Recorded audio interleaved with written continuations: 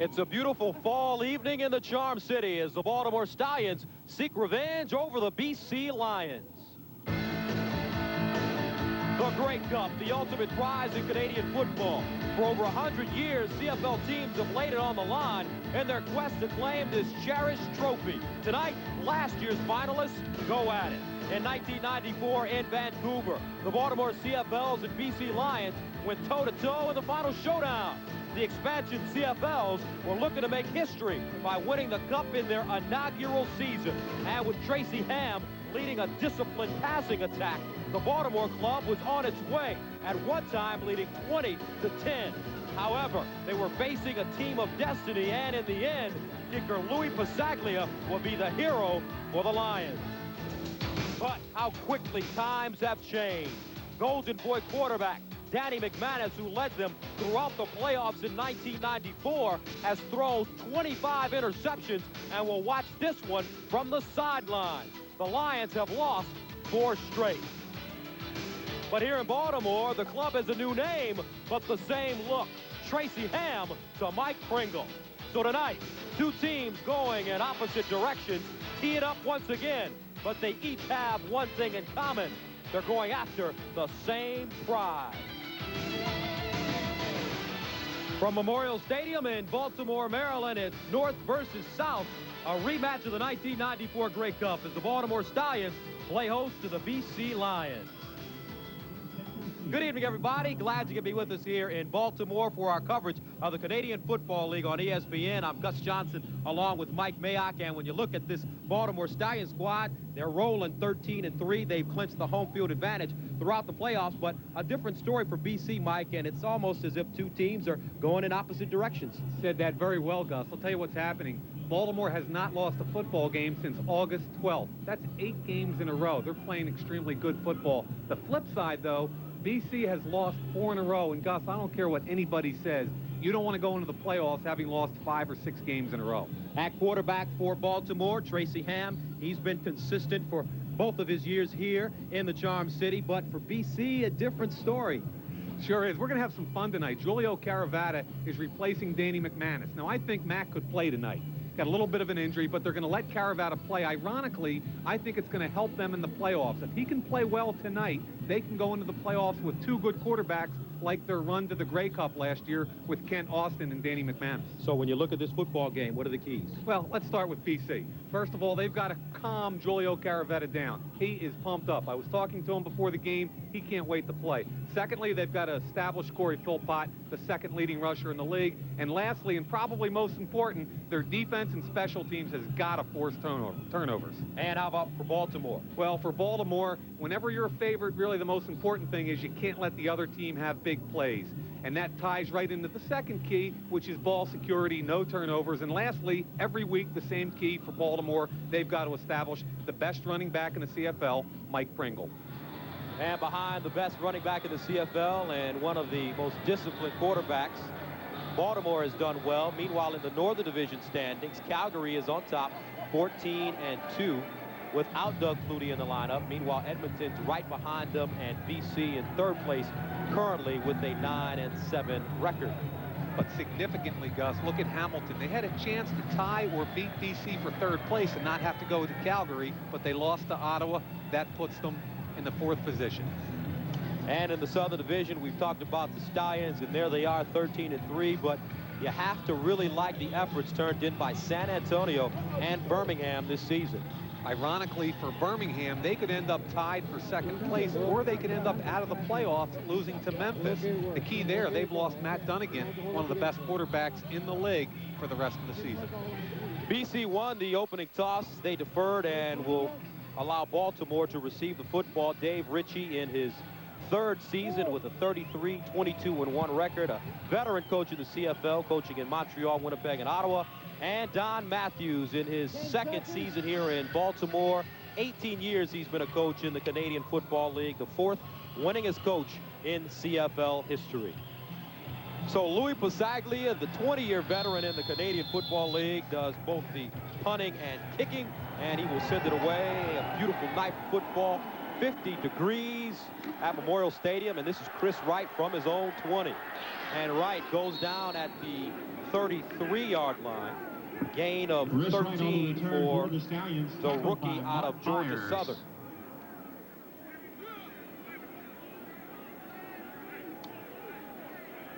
First and 10 from the 35-yard line. Special teams will play a huge role tonight with Chris Wright.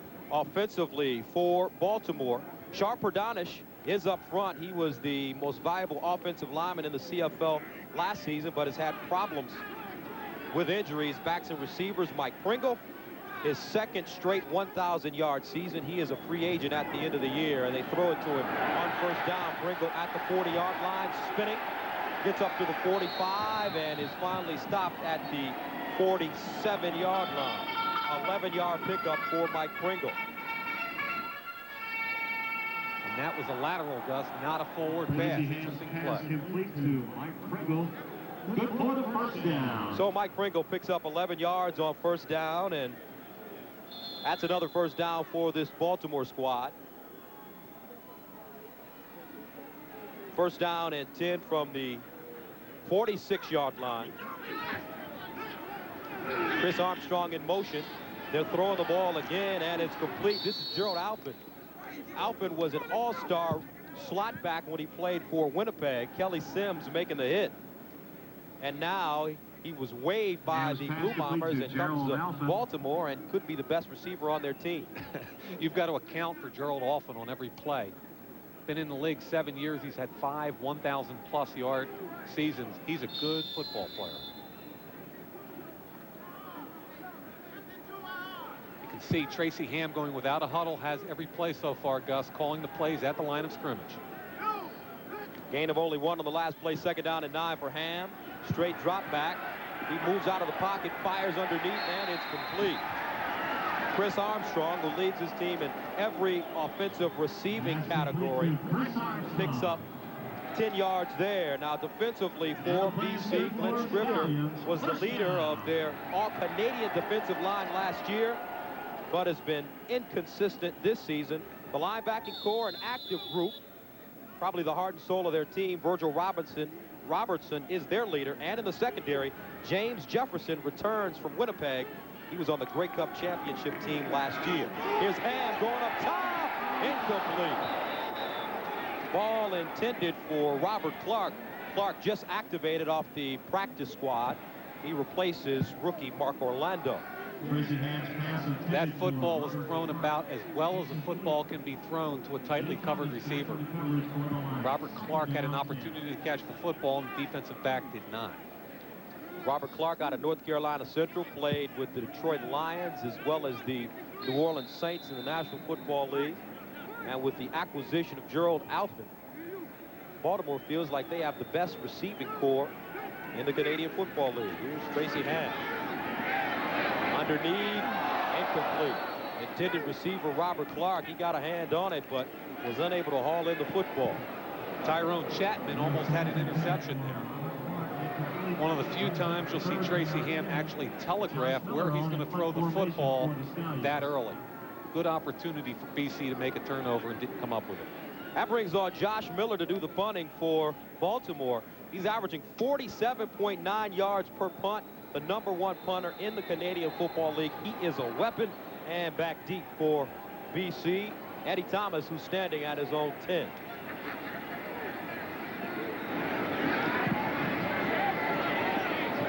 Angle to the near side. Miller goes into the end zone, and Thomas will get out of the end zone, and that will be a single point in the Canadian Football League. So Baltimore goes on top by a score of 1-0. My favorite play, Gus, La Rouge. 60-yard punt by Josh Miller. For him, that's not really out of the ordinary. He's had an 80-yard punt earlier this year. He averages 49 gross, but what I like is they net almost 43 yards on every punt. That's a great statistic in any league. That brings on Julio Caravata, the starting quarterback for this BC Lions squad. It's the first time since October of 1993 when a Canadian kid has started at quarterback in the CFL. So They're looking for him to do good things. He's passing on first down to the far side. It's intercepted. Chris Johnston with the interception at the 50-yard line. And Julio Caravetta making the turnover on his first pass of the game. Could not have scripted a worse start. Watch the hit he takes after he lets go of the football, and the free safety ends up making the play.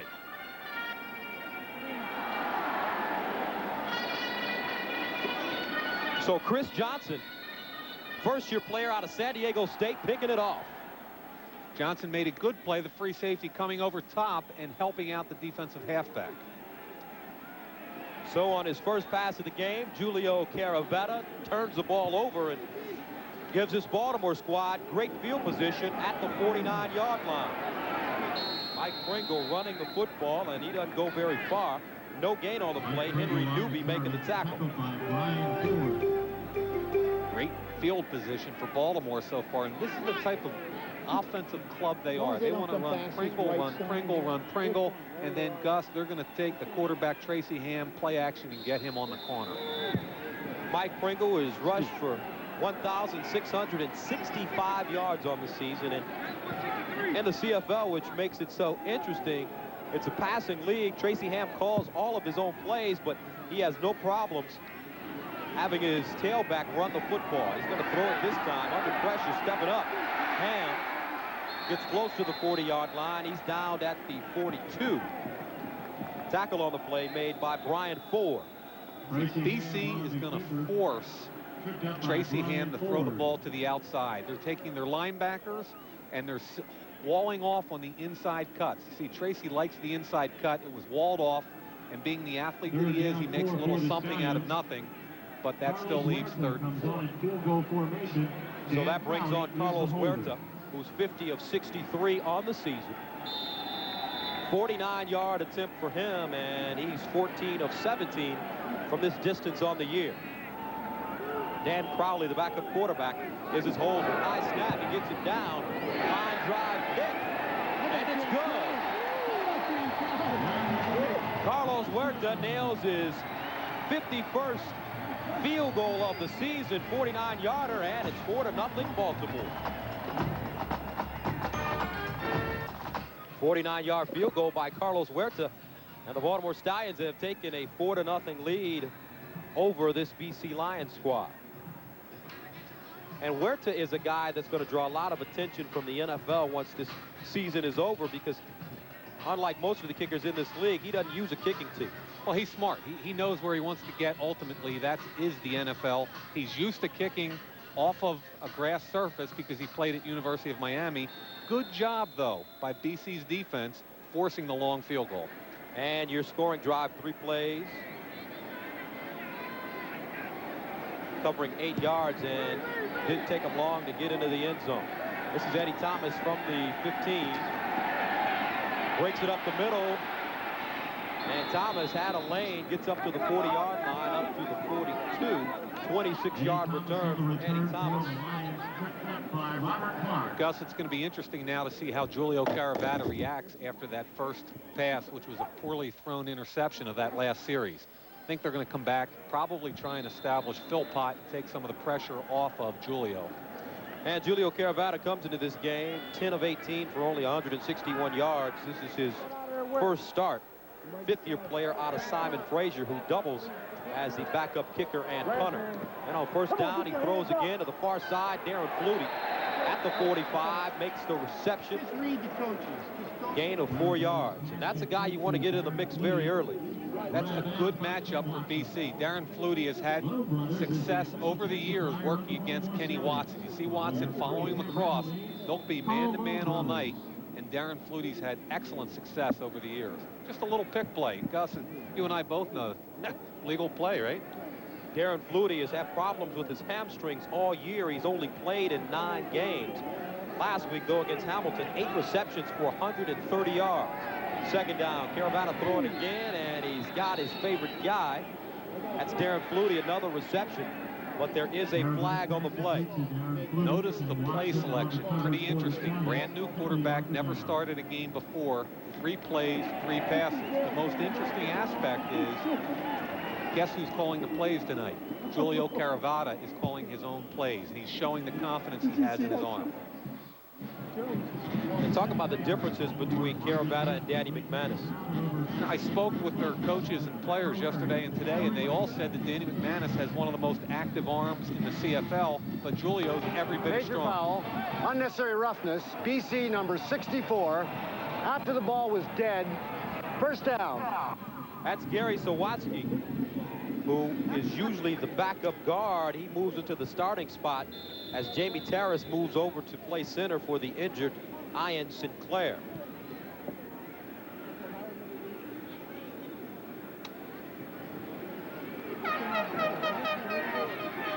So they march it back. This time Caravata will line up in the shotgun. Firing underneath, complete. Joe Murphy close to midfield. He ducks under, but there are flags on the play. And that was thrown by the back judge. You're going to see a holding call. 2 plays in a row, self-destruct on the drive.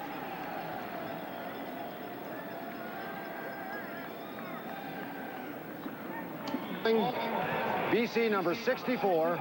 Repeat first down. Now that's 2 plays in a row that Sawatsky's cost them over 20 yards. One was unnecessary roughness. The next play, what happens? Watch 64, the right guard. Hard to see from that angle, but they've got him for the hold. So that'll make it first down and a long 20 yards for the BC Lions. They set up the screen in the middle. This is Philpott trying to break it outside. He's hemmed in and finally goes down at the 40-yard line, making the 41. Gain of 13 for Corey Philpott. And he's also been suffering with injuries on the season. Nice call here. A little screen, middle screen. You see the block by Tara, 60 in front. He makes O.J. Bergantz miss him. And here's a guy who runs about a 4.40, and all you want to do in this situation after 2 major penalties is try and get half of it back so you've got a realistic shot on second down and make it first. Second down and 7 now for the Lions from their own 40-yard line. Caravata out of the shotgun again. Steps up in the pocket and goes down. Number 98, Gerald Bayless with the tackle. That'll be his 3rd sack on the season and force the BC punting unit to come onto the football field.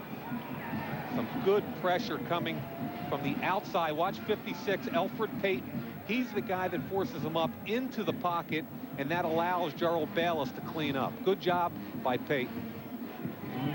Louis Passaglia doing the punting and the kicking for BC, averaging 39 yards per punt on the year.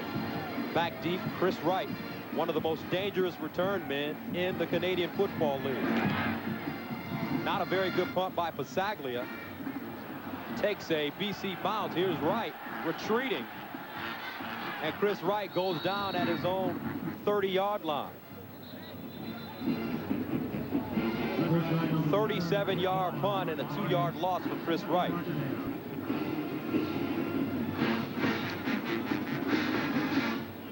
And we will have another penalty against the BC Lions, and we'll sort it all out right after this quick commercial break. Stay with us.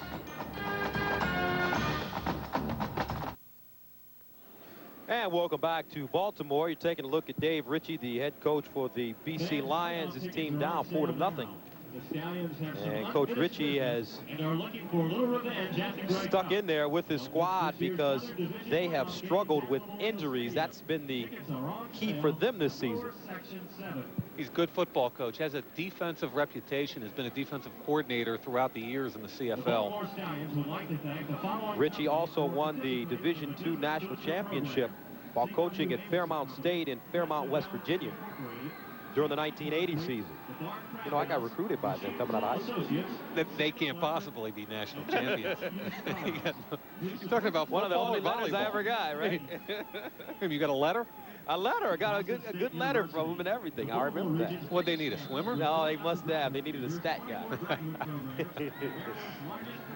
First down and 10 from the 42-yard line for the Baltimore Stallions. Mike Pringle, the lone setback. 4 receivers in the ball game for them. They go straight ahead. This is Pringle. Plenty of room for him up to the 50, making the 51-yard line. 8-yard gain for last year's Eastern Player of the Year. Doesn't matter that he had a little flinch there in the CFL. Watch the acceleration, though. The reason he's so good is, number one, he's got great acceleration, and number two, he's so strong. Even though he's 5'9", 195, he's got great upper body strength. He benches about 400 pounds. Makes it 2nd down and 2. Pringle again, trying to run off tackle, but it's going to be close. Initial contact made by Henry Newby, second-year player out of Fairmount State. I just talked about his strength, Gus, and you saw how he broke the tackle at the line of scrimmage. You're going to see 3 wide receivers now come wide side, and it's just going to be a straight handoff looking for 1st down. Watch him break the tackle of Newby right there. That's just pure strength. And he will continue to fight with 4 or 5 guys trying to tackle him. He's a bull, Gus. And Mike Pringle picks up the 1st down. He is a free agent at the end of the season, and they expect him to get some good looks from NFL teams. 1st down for Tracy Ham. Let it go. Almost intercepted. James Jefferson had the football, but it looks like he was a little bit surprised that it was that close to him. That's 2 times tonight that Tracy Ham has forced the football in a situation where he shouldn't. Really surprises me. The problem is you have to take advantage of those opportunities. James Jefferson is a wily old veteran. It hit him right between the 2 and the 0. I think he was amazed, like you said, that it wasn't closer to Chris Armstrong. James Jefferson played 4 years with the Seattle Seahawks in the NFL. On 2nd down, to the far side, incomplete, intended receiver, Gerald Alford. And Baltimore unsuccessful. They'll have to punt it away. BC is going to force Tracy Ham to beat them in the pass game outside the numbers. He doesn't have a great arm, and they're not going to let him take advantage of the seam routes inside. So far, Tracy Ham is 2 of 6 for 12 yards, but he's missed his last 4 passes in a row. And he's gotten away with 2 very poor passes that could have and should have been interceptions. Josh Miller standing at the 38-yard line. And he gets off a beauty, high spiraling punt, angle toward the near side. Eddie Thomas inside the 10, finds a seam up the middle, and he gets to the 15-yard line. But what a weapon Josh Miller is. And with 5 minutes and 3 seconds remaining in the 1st quarter of play, Baltimore still hanging on to a 4-0 lead. 5:03 remaining in the 1st quarter. Don Matthews, everywhere he's gone in the CFL, he's won, like here in BC during the 1985 season when he led him to the Grey Cup. Different hairdo there for Coach Matthews. A little curlier and a lot more of it. Very successful, though, with the BC Lions as he goes against his former team this evening. You want to talk about success, Gus? Here's a guy, 9 Grey Cups, 6 wins. He's been there and he's gotten it done. Also was the defensive coordinator for the Edmonton Eskimos, where he coached our friend Dan Kepley and won 5 Grey Cups there as the defensive coordinator on the same team with Warren Moon. 1st down and 10 for the Lions from their own 14-yard line. Flags on the play. Caravata throwing to the short side for Yo Murphy, but it's an incompletion, and Jamie Terrace telling us it's going to go the other way. Yep. As John Ireland tells us, it's offsides against Baltimore. Offside. Baltimore number 98. Repeat 1st down. This is the type of situation where BC can't let this game get away from them. Poor field position. Watch from the left side of your screen. They just jumped into the neutral zone. That's 11-year veteran Gerald Bayless, who was the 1993 Defensive Player of the Year in the CFL. Says this may be his last year. A fumble. And it looks like the Stallions have picked up the football. I think it's Matt Goodwin, the bottom of the pile, coming up with it. Last year's CFL Rookie of the Year. And the 2nd turnover of the game for BC. I was just starting to say you can't let it get away from them. They've got poor field position. They've got to make smart decisions with the football. And what happens? First play, fumble. That's Philpott. Yeah, it looked like he never secured the football. It was a high handoff. Ball was on the ground. He never had it. And you're going to see how the big play guy, Matt Goodwin, one of the best young football players in the CFL, comes up with the ball. Baltimore has it at the BC 27, first down. Tracy Ham throwing, steps out of the pocket. Ham ducks under at the 27-yard line. Good secondary coverage by BC. Giveaways, takeaways, one of my favorite stats. And you can tell Baltimore at 13-3 is plus 14. And here you've got BC, the Grey Cup defending champion, in the minus category. You can't win football games when you give it up more than you get it. And you take a look at Matt Goodwin, who played at Iowa State in college, had a 3.0 average in political science while playing at Iowa State. Here's Tracy Ham on second down and 8. Incomplete. Eddie Thomas knocking it down. Number 80, Gerald Alford, had a step, but Ham unable to put it on him. Eddie Thomas was laying in the weeds, Gus. They were playing zone. They made it look like man. Watch what happens here. Tracy thinks he's got post corner man-to-man coverage, but the cornerback, Eddie Thompson, drops off his man and comes in late. That's the third time tonight BC should have had an interception, and now it's going to cost them a possible 3 points. 36-yard field goal attempt for Carlos Huerta, his second of the game, at a 49-yarder a couple of minutes ago, and he remains perfect. 2 for 2. Carlos Huerta had 5 field goals last week against Hamilton. And the Stallions go on top, 7-0. 2 field goals plus La Rouge, and all of a sudden it looks like a normal game at 7-0. There you see Coach Ritchie trying to rally his troops, and I guess the positive that you can take out of that is they haven't allowed Baltimore to get into the end zone. I give BC's defense thumbs up for at least playing well, but they're not taking advantage of opportunities. At the top of the show, what did we talk about? Create turnovers. They've had 3 opportunities to create turnovers, and they've dropped all 3 possible interceptions. And let's face it, their offense isn't helping them any, because Julio throws an interception the first play of the game, and then Philpott comes back and fumbles it on the last series. So at least the defense is playing well enough to keep them out of the end zone, but not taking advantage of the opportunities. And your scoring drive, 3 plays, and once again, it doesn't take them very long to get into the end zone. Well, it's 3 plays minus 1 yard. The last one was 3 plays, 8 yards. The defense is doing the job. Offense can't continue to put them in that situation. So Carlos Huerta sends it away. Eddie Thomas at the 16. Trying to break it outside, and nothing doing.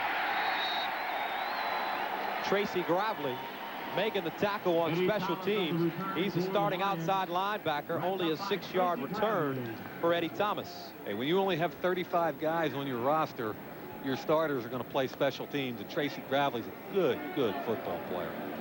6-year player out of Concordia College. Leads the team in tackles with 71 on the season. And that brings on Julio Caravata once again. 5th year out of Simon Fraser. Broke all kinds of records playing for Simon Fraser, but a different challenge here. All play action, short roll. Steps up, fires underneath, incomplete. Intended receiver Rob Gordon. Little play action trying to take advantage of Baltimore's man-to-man coverage. Baltimore does a good job here. There's the fake to Philpott. Julio on the corner, looks back over the middle. There's your friend right there, number 54, Alfred Payton.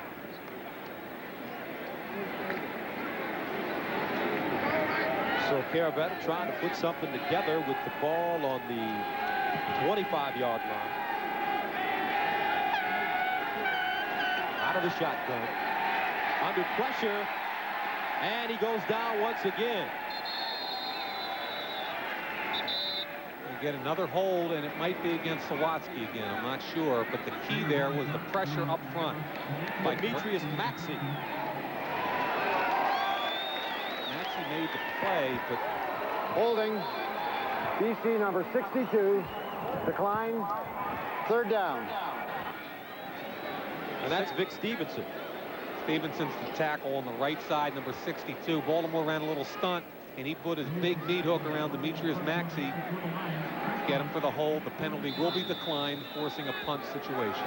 And this Baltimore defensive staff is really high on Demetrius Maxey. He replaced Alfred Payton at the defensive tackle spot. They think he's really going to help out. Here's Chris Wright from the 52, straight up the middle. Chris Wright running the football with effectiveness on the punt return, averaging 12.2 yards per punt return on the season. And he leads the club in what they call big plays, Mike. Well, take a look at right there. He set 9 special team club records this season. He's one of those special players. He's got 28 plays over 25 yards this year. That's just outstanding. We'll have more on Chris Wright as the game progresses. First down and 10 from the 43 for the Stallions. Mike Pringle, the lone setback, and here he is running straight ahead. Flag is thrown on the play. He'll be shy of the 40-yard line. Mike Pringle, the ball carrier. Back judge threw the flag. It will be a hold. So in the early goings of this game, Michael, we're seeing a whole lot of penalties. Penalties and missed opportunities, Gus. I don't think. Holding. Baltimore number 68. Repeat first down. That's Sharp for Donish, 6'6", 280-pound second-year player. There's the yardage on the penalties. Five penalties already. Pordanish, number 68, gets called for the hold. Talked to Sharp before the game tonight. He was the offensive lineman of the year in the Eastern Division last year and had ankle injuries the whole season. He told me before the game it's the best the ankles felt all year. He's ready to go. First down and a long 20 from the 54-yard line. And firing incomplete. Intended receiver Toby Cates, first-year guy out of South Carolina.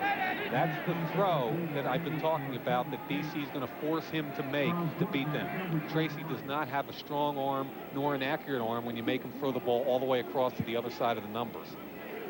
That's good, smart defense by BC. Take away the seams, make Tracy throw the ball outside. Tracy Ham has missed his last 8 in a row. That makes it second down and 20, and he'll operate out of the gun from midfield. Dumps it off to Mike Pringle as they tried to set up the screen, but he had a lot of pressure in his face. Virgil Robertson. And Robertson was really close, so Ham had to get the ball off quickly. Brings up an interesting question. You've already clinched your division. You've got home field advantage throughout the playoffs. It's very difficult to keep your edge for the last 2 games of the year when you really, in essence, have nothing to play for. And I think you're seeing a little sloppiness on behalf of Baltimore. Here's Josh Miller from the 40-yard line. He gets off another beauty. Eddie Thomas at the 10. Sidesteps one man, turns it upfield, and Eddie Thomas gets up to the 25-yard line before being tackled. Peter Tuipulotu with the hit for Baltimore. 44-yard punt, 15-yard return for Thomas. That is a guy with some bounce in his leg. You know, when you watch punters and you watch kickers, you can just, sometimes the ball just takes off the foot, and he's that kind of guy. He's really got an explosive leg. And we were talking, and you were telling me about how much of a weapon he is when you look at the numbers, too. Their net punting average is 42 yards. For example, BC's at 32 yards, so every time they punt the ball, there's a 10-yard difference. First down at 10. Philpott running over the right side, and he gets up to the 35-yard line, make it the 36 before being tackled. Chris Johnson with the hit. 12-yard gain for Philpott. Now that's BC Lion football. You're going to pull the backside guard, Sawatsky, toss sweep, and let Philpott get up in the hole, run some people over. That's what they have to do, Gus. They've got to start establishing some dominance up front. Corey Philpott last year broke John Volpe's single-season rushing record. He rushed for 1,451 yards this year. Another 1,000-yard year. He has 1,121. Picks up the first down there from the 36. Quick strike out to the far side, incomplete. Matt Clark, the intended receiver. And that is the end of the first quarter of play. BC trailing Baltimore by a score of 7-0. And welcome back to Memorial Stadium, where the Stallions lead the Lions by a score of 7-0 as we begin play in the second quarter. So far, it's been a struggle for Julio Caravata in his first start of the season. Continues to throw the football, though. Like to see them try and get Philpott established here if they can. Second down and long from their own 36. To the near side, Philpott at the 40. Turns it upfield and picks up the first down. Kenny Watson dragging him down from behind, but he'll get close to the 50-yard line. You know, Gus, if you're an offensive coordinator and you've got a guy like Corey Philpott, there aren't a lot of Corey Philpotts around. You've got to find ways to get him the football, whether you're handing it off to him or throwing it to him, and that's what you saw in that last play.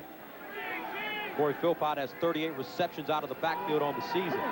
Toss sweep, trying to get outside, but Tracy Gravely meets him as the Baltimore defense did a good job stringing that play out. Yeah, they have two good defensive ends, Grant Carter and Alfred Payton. And if you're going to run toss sweep, you've got to block the defensive end, and they didn't get it done on that play. They'll lose 5 Watch yards from on the play. Right side of your screen, number 54, Carter. He doesn't make the tackle, but he bumps it outside and allows Gravely to get there. You've got to block the defensive end if you're going to run toss sweep. So a loss of 5. Makes second down and 14 from the 45-yard line. They set the screen up in the middle. Good hit. But Corey Philpott just gets jammed right into the ground. Courtney Griffin making the tackle. Third-year player out of Fresno State. Courtney Griffin's their nickel guy. He come in and just reads the screen perfectly. Sees Philpott, and there's the picture tackle right there. Nice play. And we got a flag on the play.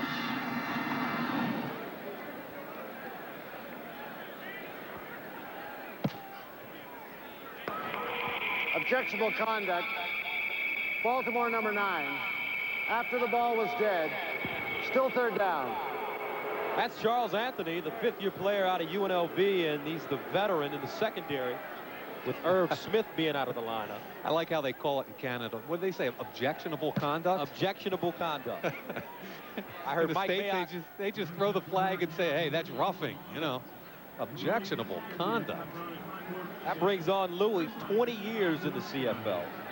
I mean, you must get flagged every weekend a bunch of times if that's the definition. There you go. From the 40-yard line, he'll be sending it away. Chris Wright standing at the 21. Angle toward the far side, out of bounds at the 27. Louis Pasaglia only averaging 39 yards per punt, and the Stallions will get the football right after this. And a 28-yard punt by Louis Pasaglia gives the Baltimore Stallions solid field position at their own 26-yard line as they lead BC 7-0 now. Both of these teams faced each other at the beginning of the season, and BC walked away with a 37-34 win at BC Place in Vancouver. See, usually these guys play a competitive game, Gus, and the reason is that they're very similar type teams when they're both healthy. BC, Baltimore both want to run the football, play sound defense and special teams, and that's why they usually play good, tight, close football games. So first down for Tracy Ham and the Stallions from their own 26-yard line. This is Skinny Culver in the game as they swing it out into the flats. He gets up to the 30. Finally stopped at the 31-yard line now with the addition of Gerald Alpin and Toby Cates. Culver has been thrown on the second unit. Little slip screen pass. Tracy Hampson. Oh, man, I thought we had Skinny out there. Skinny Culver now on the second string. And he was not very pleased with that when told by Don Matthews. That type of play is often one block away from a big play. Second down and 5. Wide open receiver. This is Armstrong cutting it back inside at the 50. Armstrong sprinting down the sidelines, and he's tackled at the BC 45. Now, James Jefferson's been around a long time, but he made a horrible effort on the tackle here. Chris Armstrong's just going to take a little catch in the flat. Zone coverage. Now watch Jefferson. Poor effort. Doesn't even get a hand on him. Good block on Tommy Europe, which opens up the sidelines for Chris Armstrong. James Jefferson's got to make a better effort than that. Should have been a 27-yard game, but they say he stepped out of bounds in midfield. And on first down, Mike Pringle bouncing it outside. He gets down to the BC 50-yard line. Tackle made by Charles Gordon. You keep waiting for one of these teams to get some kind of spark going. You know, a big play, see what happens. Michael Pringle can electrify you. Gains 6 yards on the play, makes it 2nd down and 4. Rather 2nd and 5. Ham in trouble, and Tracy Ham goes down Henry Newby with the sack. Second-year guy at a Fairmount State, and that's his first sack of the season.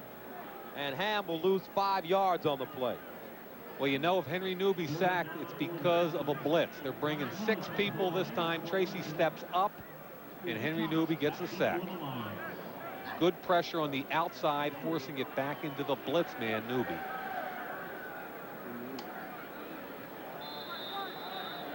Brings up 3rd down, and Josh Miller standing at the 41-yard line.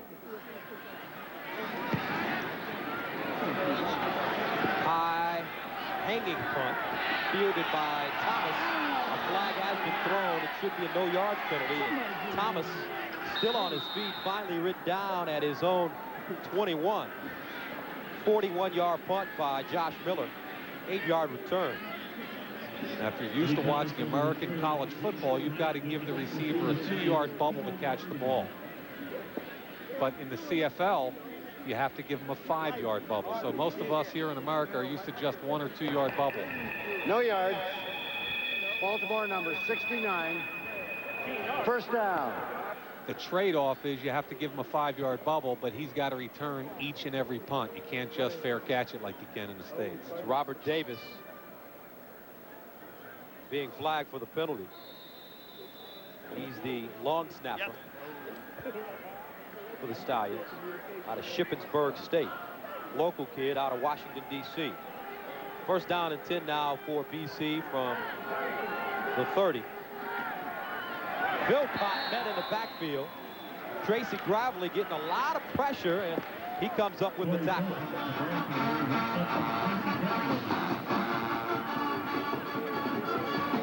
And into the ball game now for BC. Number 12, that's Eric White, a second-year player out of Bowling Green. Has not attempted a pass this season, so Julio Caravata's debut comes to a quick end. Yeah, they activated White after the 5th game of the season. Here comes his first pass. Underneath, and it's a strike. Catch made by Rob Gordon. Now that's a combination that you should see, because last year Eric White played for the Toronto Argonauts, and Rob Gordon also played for the Argonauts, in which he caught 74 passes for over 1,000 yards last season. And there's Julio. I talked to him before the game. He was sky high about his opportunity, and here we are not even halfway through the second quarter, and we're down to Eric White. Gain of 10 on the last play. First down from the 43. Short drop to the far side, complete. Yo Murphy, he steps out of bounds at the 50. Now Eric White, Gus, is more of the prototypical drop back guy. He's 6'6", 225 pounds. Great arm. You can see just from those first 2 passes, he's got a very, very lively arm. I'm looking forward to watching him play.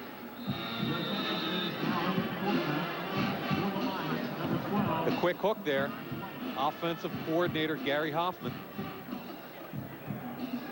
Stallions and Lions both trying to head into the playoffs with some momentum. Second down 5 from the 48. This is Philpott straight ahead. Picks up the first down and gets the midfield. Corey Philpott, a lot of explosion hitting the line of scrimmage. Kind of interesting, Gus. Remember last year we covered this team on their drive to the Grey Cup. Here's a good look now at Philpott. Very quick through the hole. But the thing about them last year is Danny McManus came off the bench and provided a spark. Now what they're looking for is somebody else who can do that for McManus. Can it be Eric White? I don't know. So with Eric White in at quarterback, BC on their most successful drive thus far. And he just flicks this one out of bounds. Closest man to the football was Robert Gordon. I have no problem with that, though. I'll tell you right now, I don't have any problem anytime a quarterback says, I'm going to throw it away and get you on the next play. That's offensive coordinator Gary Hoffman. Had 6 years in Saskatchewan, knows Don Matthews very well. His first year here at BC as the offensive coordinator. And he's got his hands full for tonight's ball game, to say the least. Second down and long from midfield, out of the gun. They set up the pocket on the right side, incomplete. Intended for Yo Murphy. He got one hand on the football, but couldn't haul it in. Now that's my pet peeve with young quarterbacks right here. They throw the ball too late. They want to hear, he's on the corner. He's got Yo Murphy wide open. If he threw it 3 steps earlier and on target, Yo Murphy has an opportunity to catch the football and turn up the field without getting hit. That ball's thrown 3 steps too late. So Louis Pasaglia stands at the 40. Chris Wright back at the 25. At 253 yards last week, 2 weeks ago rather, in returning the football. And here he is again, and you can see why.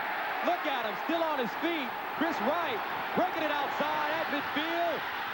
And Chris Wright all the way inside the BC 40-yard line. And he does a little jig, 31-yard punt, 48-yard return for the rookie. Second quarter, Chris Wright, 48-yard punt return. Last week he had an 89-yard punt return and a 100-yard missed field goal return. Great acceleration, but it was all set up by the very poor punt by Pasaglia. Not only was it 31 yards, but it was also low. That gave Wright an opportunity to catch the ball and get up the field with a head of steam. So let's see what Tracy Ham can do now with excellent field position. The ball sitting on the Lions 35-yard line. Skinny Culver in at wide receiver. He splits out to the near side. Armstrong's in the slot.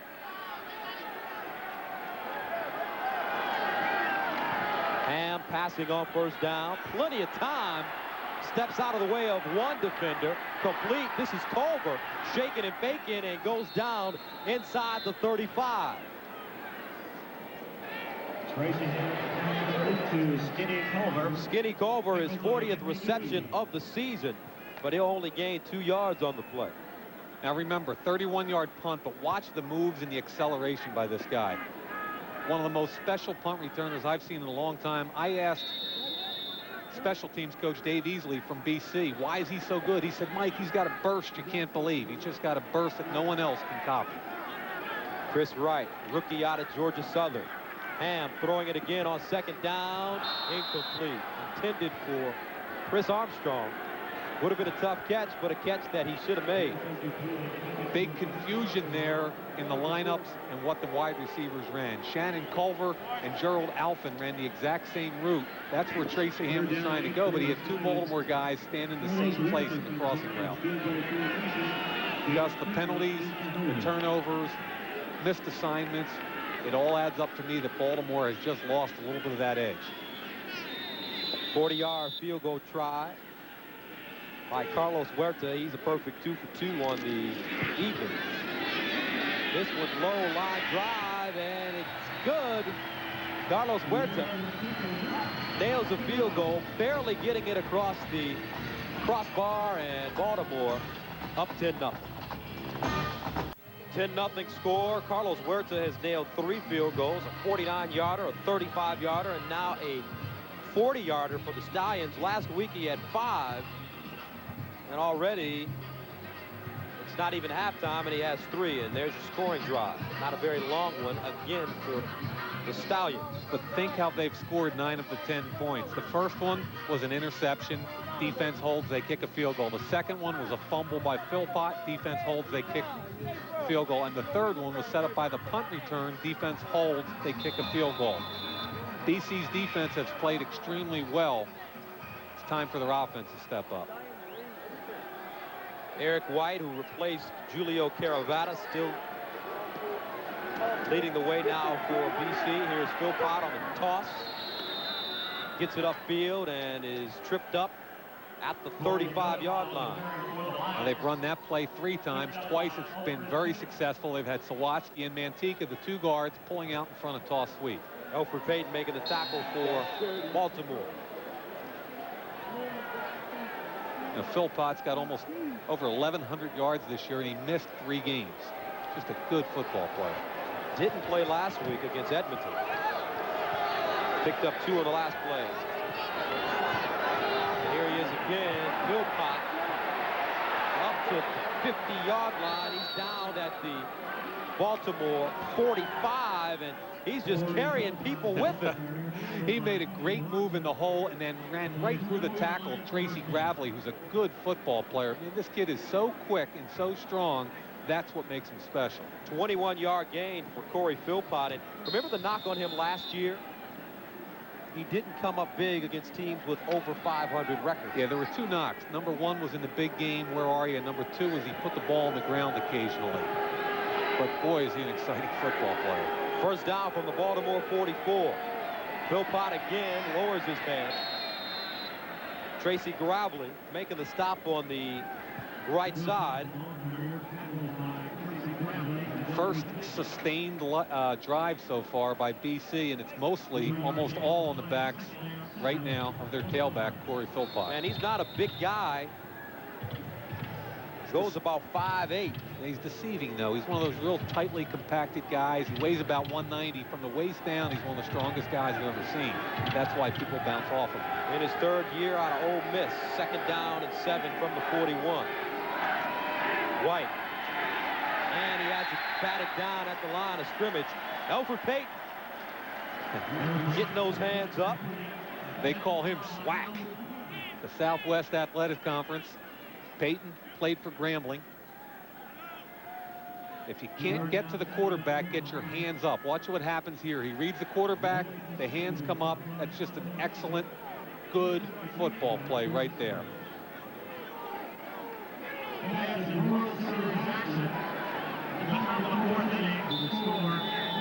So this brings on Louis Pasaglia in to attempt a field goal. Ball being spotted at the 47-yard line. 47-yard attempt. High enough, and it is good. Pasaglia barely gets it through the uprights. His long for the year is 49. That was pushing the envelope for Louis right there. You know, the older he gets, the more leg strength he loses. He's a very accurate kicker, but 47's a long way for Louis.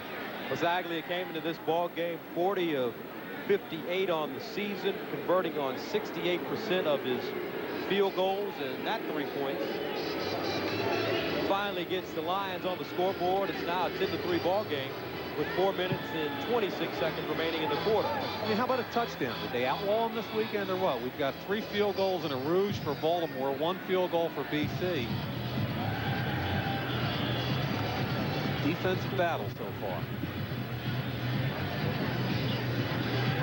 There's Darryl Adralin in front of head coach Don Matthews. Adralin is a special teams coach for Baltimore. Boy, does he do a great job. I was talking to Ray Ferraro, New York Rangers center.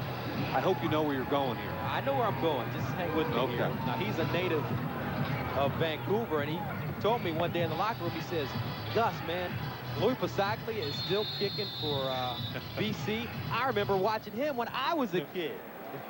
He's the only guy in this league older than me, I guarantee that. Here's Wright inside his own 20, breaking it up the near side. Has some room. Chris Wright up to the 50-yard line, making the 51. Now remember, one of the big titles in this league is the all-purpose yards champion.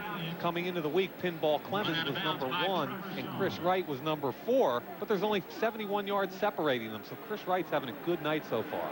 Watch him go get the football. Nice catch to start with. Now watch the burst. Boy, he's good. Every time he touches the football, Gus, there's a chance he could go all the way, and there aren't many of those guys around. Wright needs 177 return yards to break Gizmo's record of 2,202.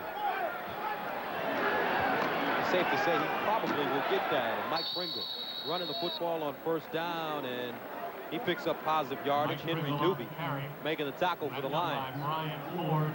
It's their version of the counter tray. They pulled the backside guard, Mark Dixon, who got a good block in the hole, pushed the pile, and they pick up 5 or 6.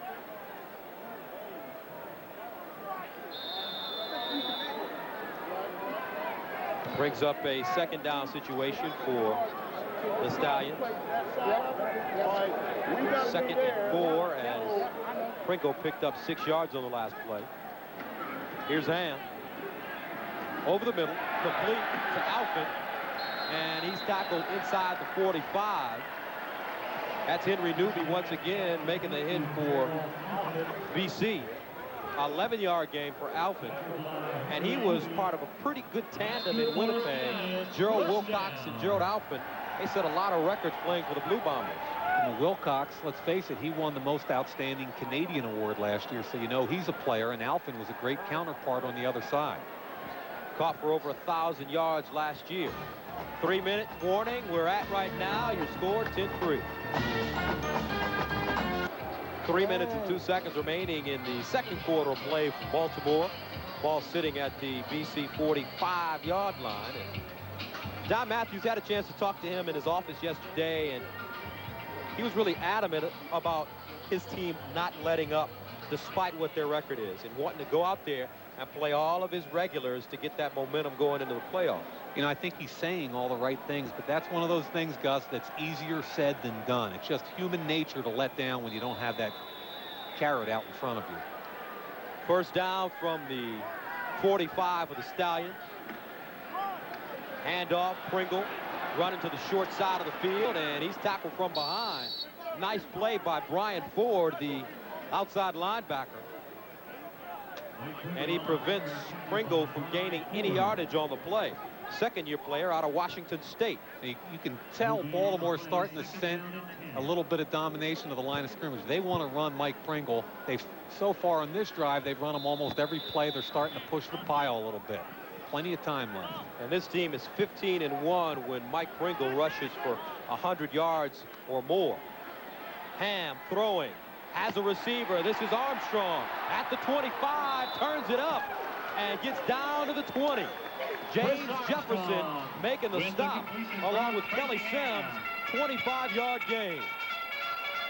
Tracy Ham, I believe, is still down, and there's a flag in the backfield. Major foul, roughing the passer, BC number 48, first down. Watch Brian Ford blitzing outside linebacker. Ball is gone, and he makes the late hit. Chris Armstrong is one of my favorite wide receivers in this league. Big, strong, and fast, but you're going to tack on a half the distance on top of the reception. Big play with 2 minutes and 36 seconds left in the half. Let's see if you can see the hit. Very late. Not a brutal hit, but a late hit. Gone over the 1,000-yard mark. And with that reception, Chris Armstrong now goes over the 1,000-yard mark on the season. Came into the game with 56 receptions for 947 yards, averaging close to 17 yards per catch. Ham again in the end zone for Armstrong. Touchdown, Baltimore. Chris Armstrong with the touchdown from Tracy Ham.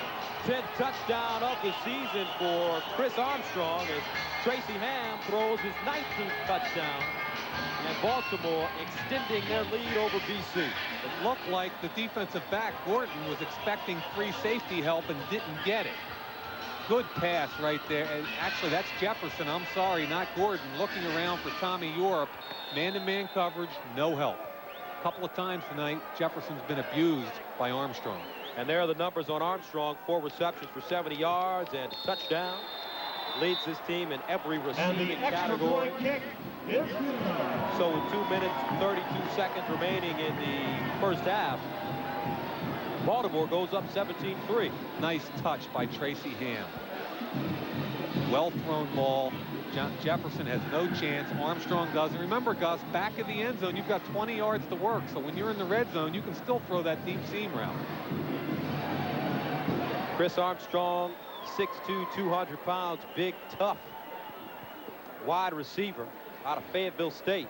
And Tracy Ham still a little bit gimpy after taking that hit from Brian Ford. There's a guy I think could play in the NFL.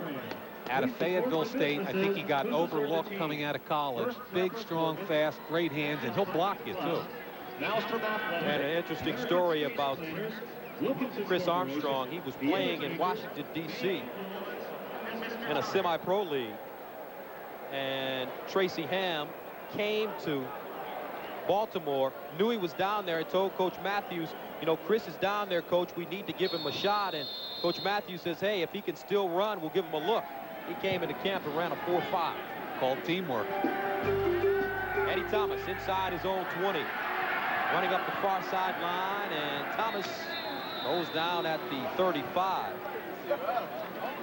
16-yard return for him. Eddie Thomas on the return. And there are the two guys, Tracy Ham, Chris Armstrong, buddies. And you want the quarterback to sit next to you, right? You always want, if you're a wide receiver, the quarterback to sit next to you. If there's anybody you want to be buddies with, if you're a wide receiver, it's that quarterback. First and 10 for the Lions from the 38-yard line. Really got his bell rung. Yeah, I didn't think that first hit was horrible, but the second one was pretty good shot.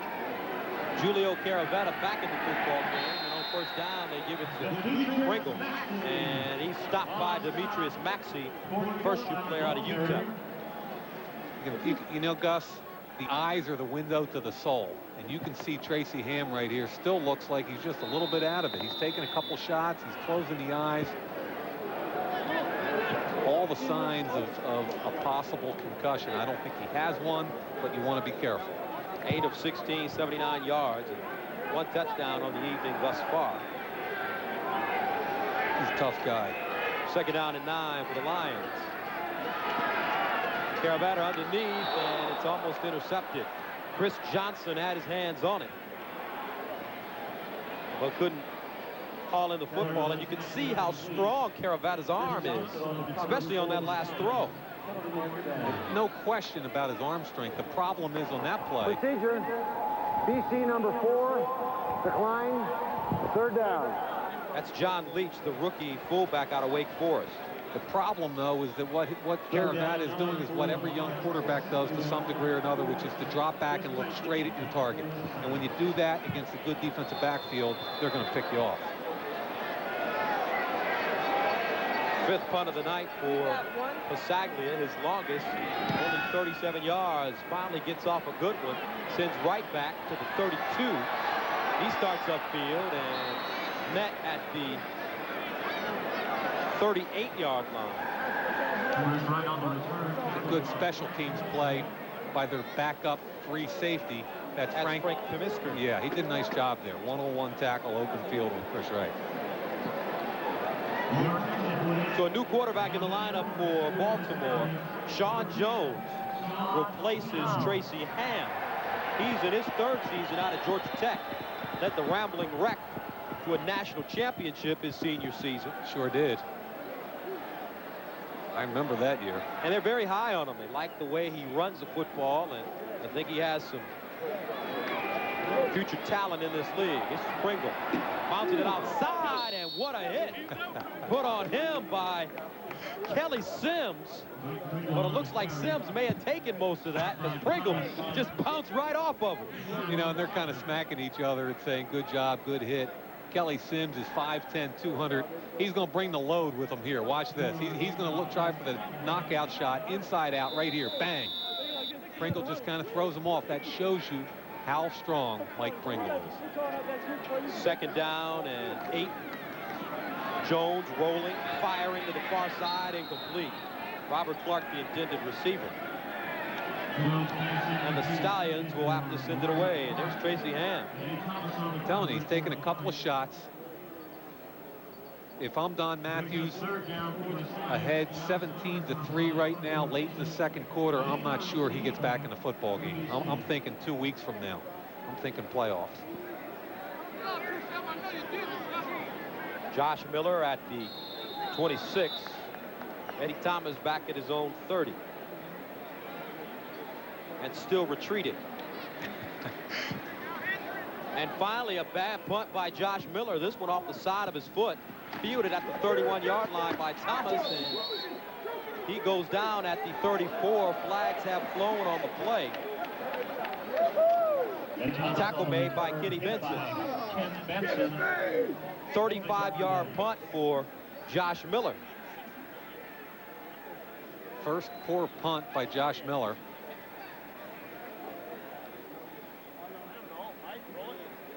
We're going to get an illegal block there, I think, on Pimiskern. Illegal block. BC number 18. First down.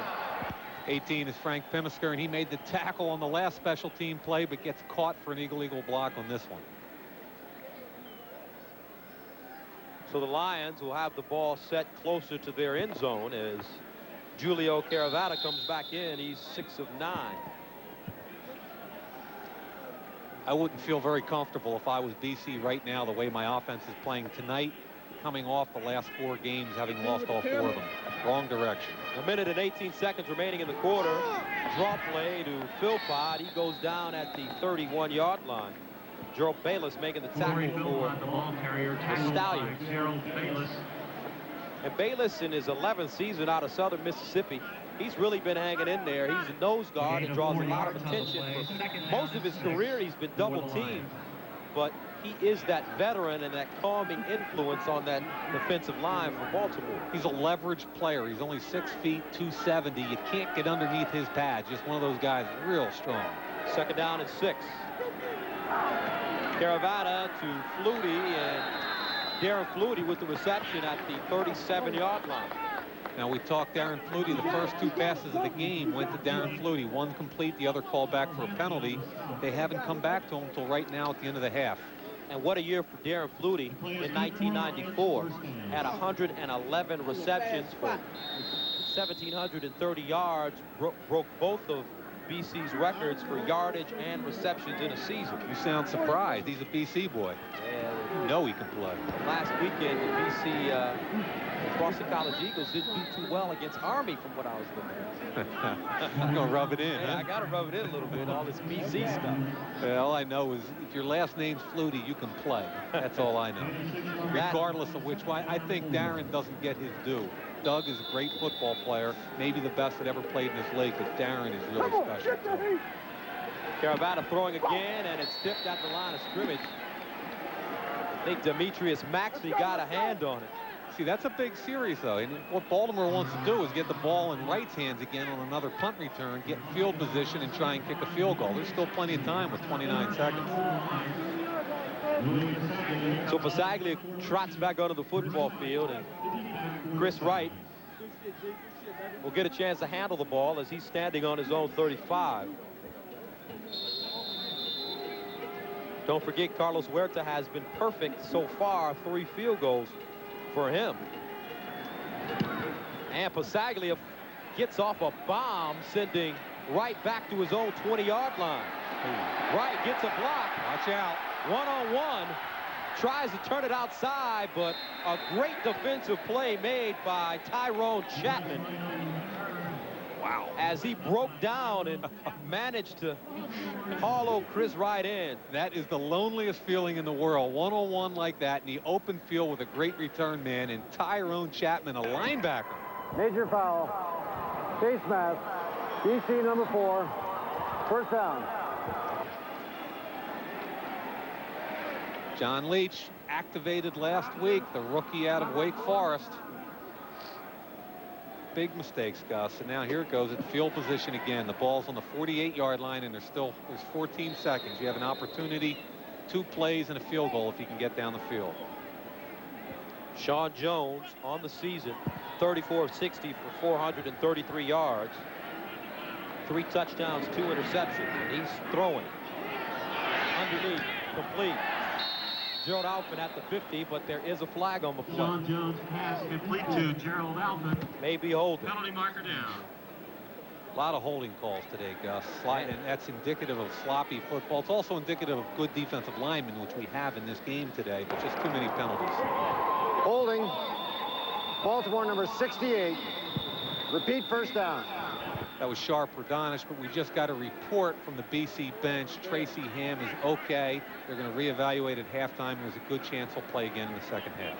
Sharp or Donish, second holding penalty of the game. Last year, he went the entire season with less than 10 holding penalties. And that was one reason he was voted the best offensive lineman in the league. Different story this year. No, Gus. Best offensive lineman in the East Conference. Rocco Romano from Calgary. Look at that. Here's Pringle on the screen. Spinning, and it'll be shy of midfield. Flags have been thrown on the play.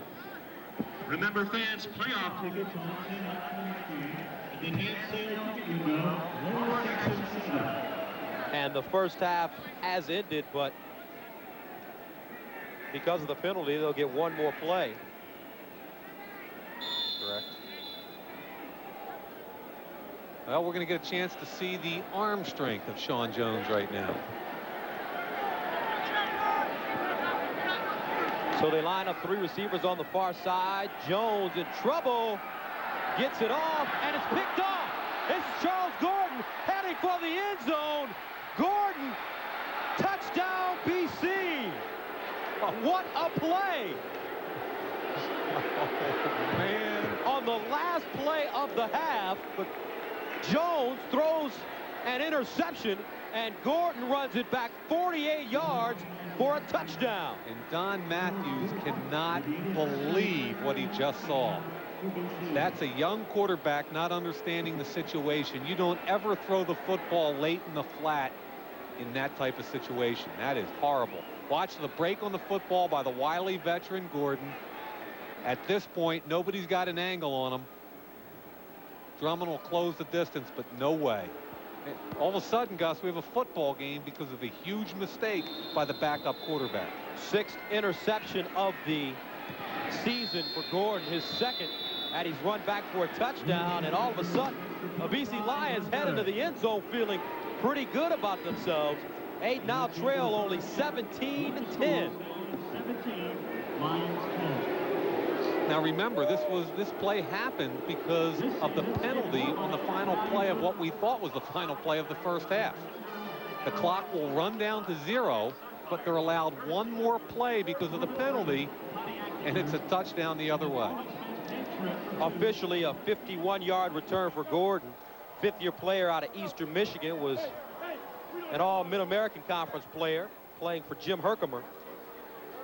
And the Stallions, their lead cut to 17-10. Joining us now, starting quarterback Julio Caravata. Julio, kind of a tough first half for you. Yeah, we kind of struggled there. We took some stupid penalties when we got the ball rolling a little bit. So, you know, we know what they're doing. We just gotta, you know, settle down a little bit and just start doing what we can do best. Hey, Julio, this is Mike. What happened middle of the second quarter? Gary Hoffman takes you out and put Eric White in. Well, that was the game plan all along. They wanted to give both of us time, and you know, I mean, I knew going into the game that Eric was going to play in the second quarter, so it wasn't you know, because of my play or anything. They just said, you know, we wanted to give Eric some time. So you know, we got a big lift right there by the defense, and hopefully we can come out and just start moving the ball and giving it to the people that we know that can do stuff with it. Last question. You did get a big lift there. Your defense has played extremely well. What do you got to do to kickstart the offense?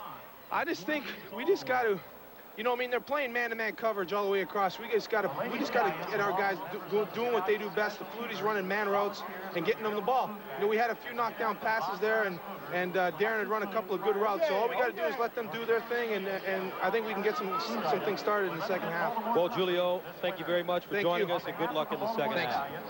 Julio Caravata, the starting quarterback for BC, and the Stallions, they lead the Lions 17-10 at halftime. We'll be back with more after this.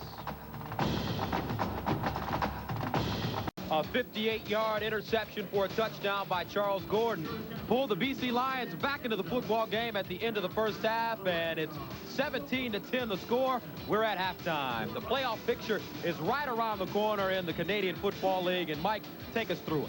Well, let's start with the Northern Division, the first weekend, Saturday, November 4th. Saskatchewan or Winnipeg plays at Baltimore. That's the 5th place at first place team. And then the second game is Hamilton at Calgary. Calgary, obviously the #1 team in the Northern Division. And another Southern Division team, Empress of Birmingham at San Antonio. And for Birmingham, could be tough without Matt Dunnigan. Yeah, big injury. Dunnigan is out for the season, one of the best quarterbacks in the league, playing at the Alamo Dome. And the second one, Gus, you and I will be there. Good football game, BC at Edmonton. Those two teams just coming off of a back-to-back series in which Edmonton won both football games. 4 p.m. Eastern time start for BC at Edmonton. And as it progresses on November 12th, the South Finals and the North Finals. And we would anticipate that in the South, Baltimore would host, and in the North, Calgary would host. But let's face it, you never know, because the last 2 years, the highest seeded team has not made it to the Grey Cup. And in the North, it's been 2 very disappointing years for Calgary. They've lost the Western Final, which it was last year, 2 years in a row not being able to get into the Grey Cup, and they will be looking to win that football game playing at home this season. So we're at halftime, and the score, the Stallions lead the Lions 17-10. More halftime activities right after this.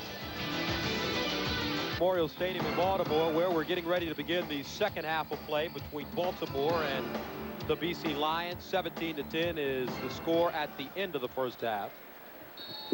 BC, who deferred in the first half, will receive the football to begin this second half. This is Corey Philpott at the 21-yard line. Philpott straight up the field, and he'll be shy of the 40.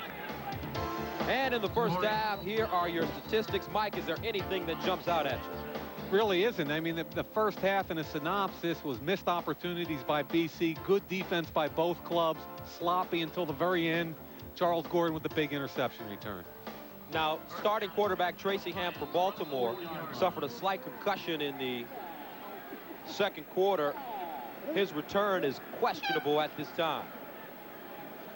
So Julio Caravata comes back onto the football field. He alternated with Eric White in the first half. And on first down, the pitch goes to Philpott, and he's wrapped up at the 45 by Alfred Payton. And we got some players getting a little active with each other. Look like Taras and Benson. And I'll bet you in both locker rooms at halftime, they had a couple of head coaches and coordinators grabbing guys and saying, hey, that was sloppy. You got to take that intensity level up another notch. Charlie Gordon with the 51-yard interception return on the last play of the first half allowed BC to get back into this football game. Gain of 3 on the last play. Second down 7. Caravata underneath. This is Philpott, and he's tackled at the 50-yard line. Looks like Tracy Gravely on the bottom of the pile making the hit for Baltimore. Timing was off just a little bit. Taras, the center, had he been able to get out in front, that could have been a much bigger play, but it looks like a first down anyway. He picks up the 7 for the first down, and BC trying to start off positive on their first possession of the second half, down 17-10. Be anxious to see if Julio does what he told us at halftime, Gus, which is try and work Flutie in on number 33, Kenny Watson. From the 50. Caravata stepping up, running, and a good-looking play by O.J. Brigance as he wraps up Caravata at the 50-yard line. And Brigance comes into this football game. This is his 89th straight game. In 5 years in the CFL, he's never missed a football game. Inside out, middle linebacker, watch the move. He's not going to let Caravata outside him. Good tackle. And like you said, Gus, he's been around a long time. He's been an all-star. Not much he has not seen in the CFL. Was an all-SWC selection playing for Rice. Played for Fred Goldsmith and the Owls. And here's Caravata. His arm gets hit as he releases the football.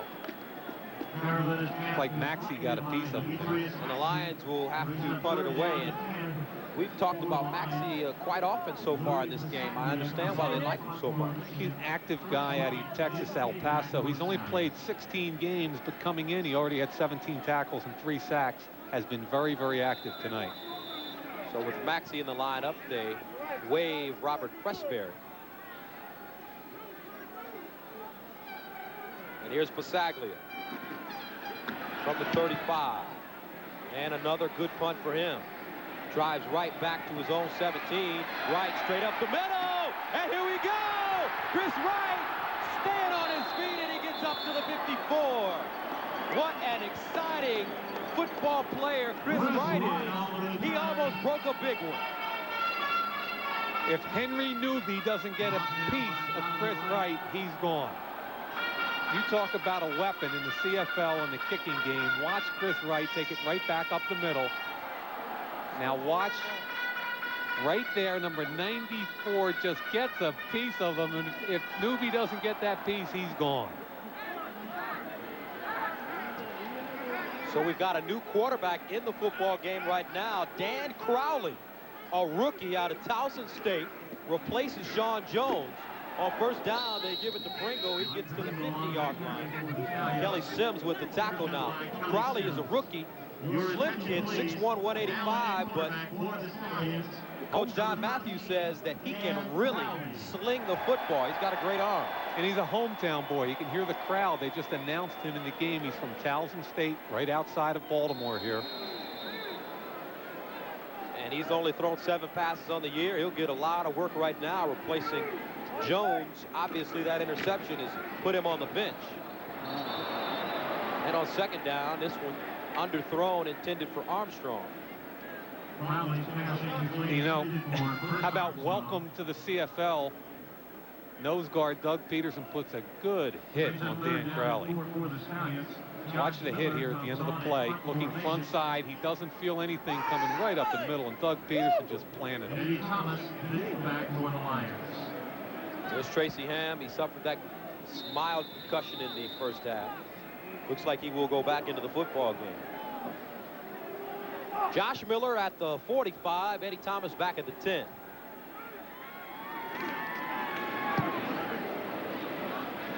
Good directional kick. Miller gets it off. This is Thomas on the far side at the 10. Steps out of bounds. He'll be short of the 20-yard line. Knocked out of bounds at about the 18. 43-yard punt. Ball inside their own 20-yard line. Now, how many quarterbacks have we seen tonight? We've seen a bunch. How about 6? We have seen all 3 quarterbacks, excuse me, make it 5. Danny Mack hasn't played today. We've seen all 5 quarterbacks that are active for tonight's game already, and we've got 10:55 left in the third quarter. Tracy Ham, though, is taking snaps on the sidelines for Baltimore, so looks like we could see him once again. Looks like he may have shaken off the cobwebs. Here's Julio from his own 16. Swings it out to Philpott, who was open in the flats. Incomplete, though. Charles Anthony covering for Baltimore. And not a great pass, but I'd like to see Corey make a little more effort to catch that football. I think that's a catchable ball, and there's no one anywhere near him. Now, Danny Mack. Let's see where that football is. 3-step drop, put it out in the flat. It's a worse pass than I thought it was. Danny McManus is allegedly sitting out with a hand injury. Allegedly? Allegedly sitting out with a hand injury. And they find a receiver underneath, complete. That's Robert Gordon making the reception, and he'll pick up the first down. Now, with McManus out, they say he has a hand injury, but it's a hand injury. But it's pretty clear that the coaching staff of BC wanted to see the other 2 guys play. That's a good pass, right on the money, thrown on time. I talked to McManus in practice yesterday. He said, Mike, you know, if I had to, I could go. I'm pretty beat up. And what I said at the top of the program, I think makes a lot of sense. If one of these 2 kids can step up, they can go into the playoffs with 2 healthy, good quarterbacks. 10-yard gain, first down from the 26-yard line. Philpott again. You know, and Gus, and the extension to that story is that, let's face it, Caravata and White between them have thrown a total of 18 passes. You don't want to go into the playoffs without knowing you've got somebody with some experience behind them. And so far, a good evening for Corey Philpott, 70 yards on 12 carries. 2nd down and 5 for the Lions from the 31. And Caravata throws a strike to Yo Murphy, and he'll be short of the 50-yard line. Melvin Crawford, the rookie out of Hampton University, makes a tackle, but not before they gain 17 yards. Caravata already looks more comfortable to me in the second half. Look at him in the pocket, deliver the football. No problem. What do you think, Julio? He's got that Johnny Unitas. Just, hey. Well, this is the perfect place to be acting like Johnny Unitas. Why'd you think I said him, huh?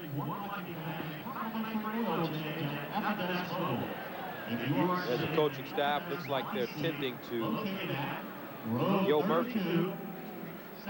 Now, the last couple passes have been the best balls he's thrown all day. Balls on time, right on the money. Let's see what happens at the end of Yo. That's called a Yo sandwich right there. Sternum shot.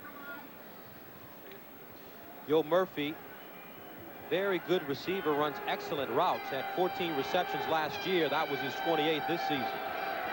1st down from the 47. Play action. Caravata going deep. Incomplete. Great looking defensive play, but a flag has been thrown at the 9-yard line. Melvin Crawford was locked up in one-on-one coverage with Rob Gordon, and they called him for pass interference. Gordon had some initial separation there, and Julio just let that thing out a long way. Forward pass interference. Baltimore number 11. 1st down. Melvin Crawford just activated recently for this football game. Now let's see at the very end.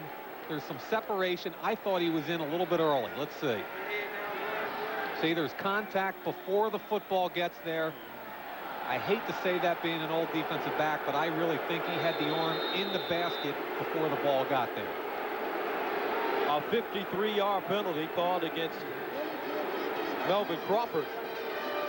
Got to put it in the end zone here. And the Lions get it at the 9. 1st down, goal to go. Philpott battering ahead, get down to the 4-yard line. Tackle on the play made by O.J. Brigance. Matt Goodwin almost had a shot in the hole at him. He just missed the tackle in the hole.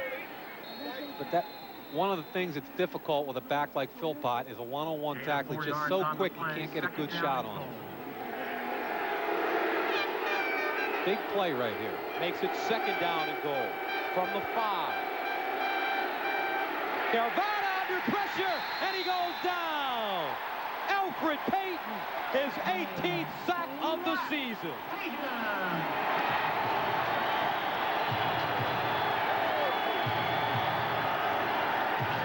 Alfred Payton, second leading sack man, comes through untouched. And Gus, he did a good job holding on to the football, but when you're a young quarterback, you don't feel this happening. He has no idea he's even there. As he plays longer in the league, he'll feel it, I guarantee you. Alfred Payton, 2nd in the CFL behind Tim Cofield in sacks. That was his 18th, a loss of 10 on the play.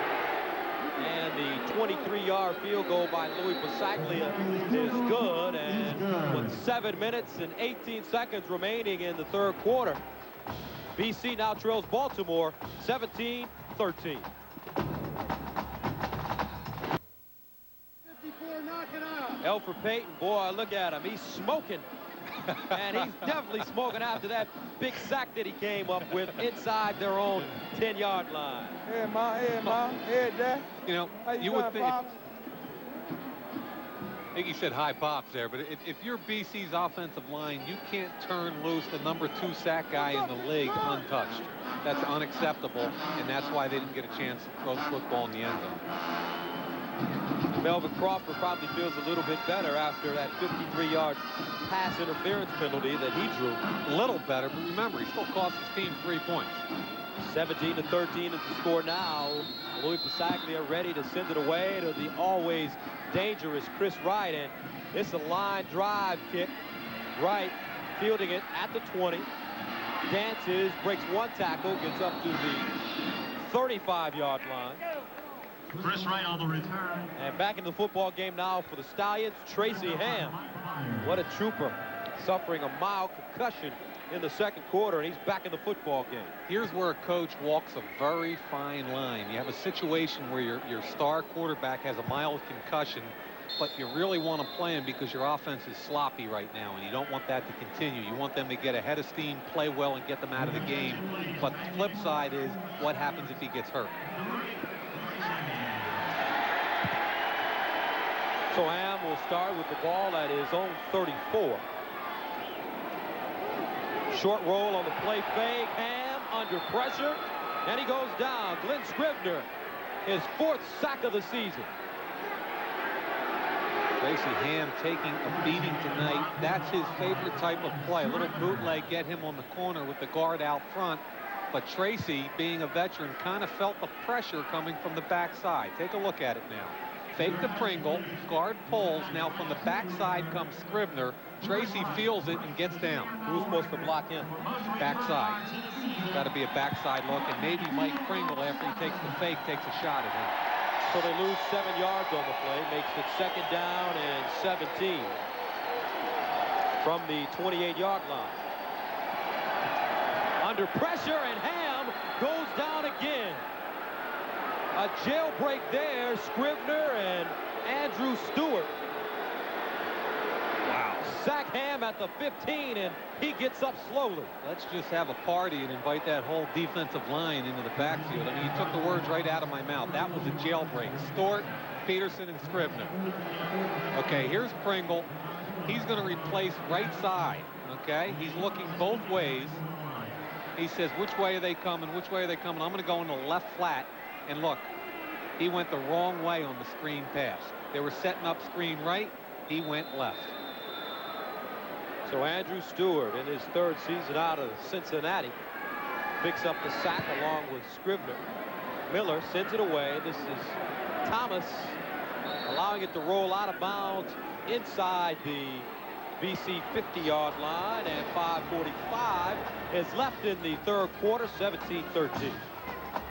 17-13 the score in the 3rd quarter of play from Memorial Stadium in Baltimore, and we've had a disqualification. Number 14 from Baltimore, that's Jason Bryan, a backup linebacker, has been tossed out of the football game.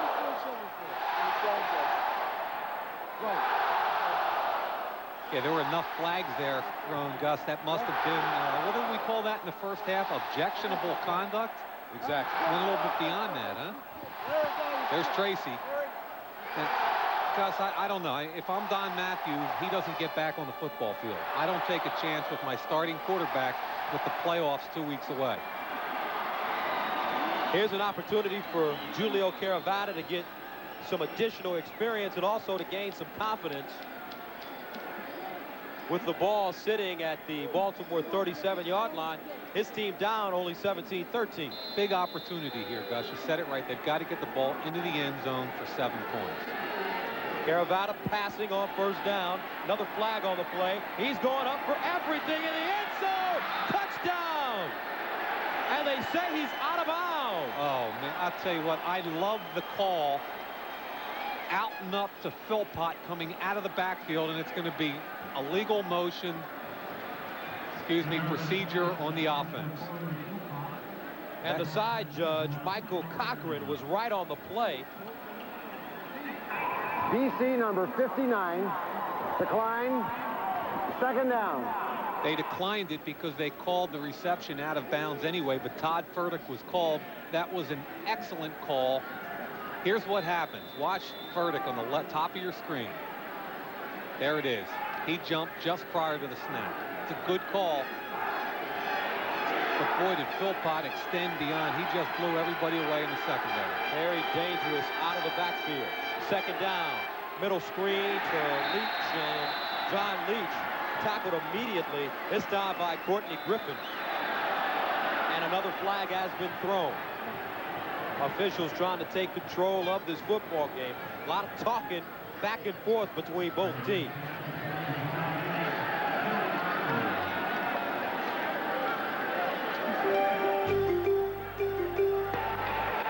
Major foul. Unnecessary roughness. BC number 60 after the ball was dead. Third down. Jamie Terrace. Now, Gus, that's absolutely can't happen. 14 penalties already, but put yourself in BC's place. They make a big play. They've got an opportunity. We talk about there's Terrace pushing at the end. Not a big deal, but still a push. But what happens here is you're out of field goal position as a result of the penalty. You cost yourself an opportunity of 3 points. 8th punt of the game for Louis Pasaglia from the 45. And keep your eye on Chris Wright. End over end kick. Wright fields it at the 10. Makes people miss. Chris Wright still on his feet, but he gets slammed to the ground at the 5-yard line. Robert Davis, great special teams hit for BC. The art of special teams is relentless pursuit. Watch how many people he makes miss, but they still keep coming. There's 1, 2, 3. Now watch the pursuit. 4, 5. There comes the cleanup man right there, Robert Davis. You just have to keep after the football. Chris Wright earning his money this evening. And Tracy Ham is still in the football game for the Stallions. First down from his own 8-yard line. Pringle. Straight ahead, and he's gang tackled at the 13. Brian Ford, first contact for BC. Gain of 3. Ford's had a solid football game. Good outside linebacker, plays both inside and outside in their scheme, does a nice job. Ford was traded from Edmonton to BC in training camp for Leo Groenwag. There's an old stud. Groenwagen had been in Edmonton for several years. Good offensive lineman. Second down, 5 yards to go. Underneath, complete. So the Stallions pick up the first down as Robert Clark makes the reception. A 7-yard gain. Beginning of the game, we talked about forcing Tracy Ham to beat you on the outside. Don't give him the easy passes in the middle of the field. That's exactly what Tracy went back to on that play. The quick slant, and the linebacker didn't help out. So Ham deciding to speed things up. He's calling the plays at the line of scrimmage with 3:28 left in the third quarter. 3 receivers to the near side, pump fakes, and he underthrows Robert Drummond, his fullback, who was positioned at the 30-yard line. Tracy's one of those old gamers. He doesn't have the greatest athletic ability in the world. He's got good athletic ability, good arm, but he's a smart quarterback. He understands the game. Came out of that Georgia Southern program with Irk Russell. Won 2 national championships at Georgia Southern. Rushed for over 1,000 yards as well, twice. Second down and 10. Ham stepping up. Throwing across his body to Armstrong. At the 50-yard line, he makes the catch. Great throw, great catch by Chris Armstrong, and a gain of 20 yards. That's a veteran quarterback with good athletic ability, stepping up into the pocket, buying himself time. Now watch Armstrong all the way across the field, man-man coverage with Gordon. Stays there, stays there. He knows Tracy's going to buy him time, and there's the catch. Good play by 2 savvy veterans. Tracy just buying time, not trying to run. He's scrambling to throw, not to run. 5th reception for Armstrong. He's got 90 yards. Ham throwing again. This time he swings it out to Mike Pringle, coming out of the backfield, and he makes the catch inside BC territory. Tracy Ham, he's the 2nd all-time leading rusher in Canadian Football League history behind Damon Allen. He's still pretty mobile. Oh, he's quick. He's a good athlete. Nice little look off to Pringle, trying to get him in the open field on a linebacker. Tracy's most dangerous when he's outside the pocket. Pickup of 7 on the last play. 2nd down and 3. Pringle hopping over somebody, and he falls forward at the 50-yard line. Looks like Glenn Scribner tried to grab his ankle, but Pringle managed to get out of the way and jump over the pile. Pringle wants to go for it. Tracy Ham saying we got to go for it. It's 3rd down and about a yard. Head coach makes the decision, and there it is. They decide to go for it. That's a smart play here. Even if they lose the football game tonight, they still have home field advantage. And Don Matthews is saying to his team, hey, I have confidence in you guys. 3rd down and 1. As you know, in the CFL, defense has to line up 1 yard off the line of scrimmage. This is usually a quarterback sneak, but they run it with Pringle, and he picks up the 1st down. Henry Newby making the tackle for BC. I'll tell you who did a nice job there was the 2nd back in the game, Robert Drummond. He was the lead blocker. Watch Drummond, number 2, come into your screen. Does a good job pushing the linebacker, and that allowed Pringle in behind him. So far, Mike Pringle, 52 yards rushing on 17 carries. Gives his team a 1st down from the BC 49. And here's Ham audibling at the line of scrimmage.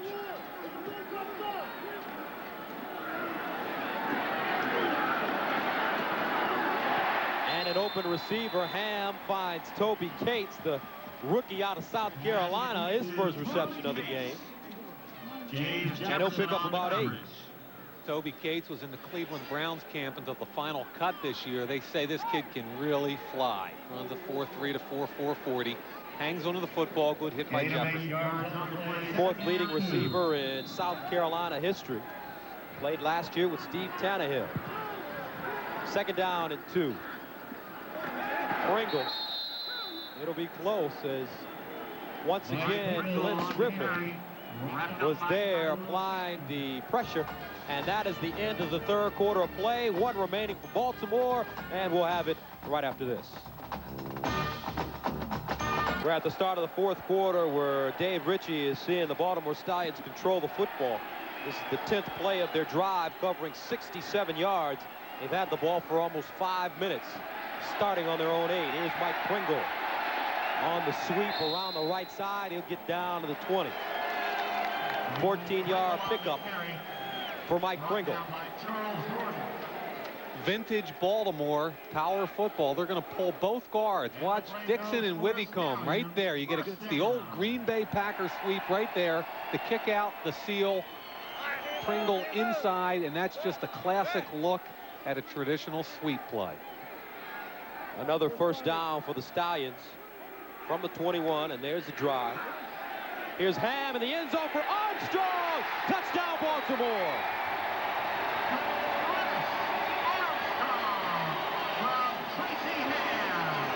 21-yard touchdown for Armstrong. His 2nd of the game, 11th of the season.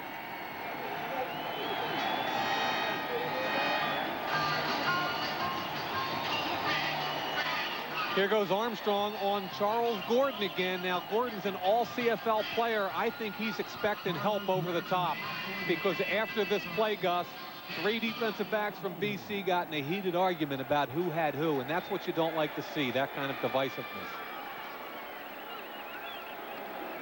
And the extra point is good by Carlos Huerta. And the Baltimore Stallions have taken a 23-13 lead over BC. 13:56 left in the 4th quarter.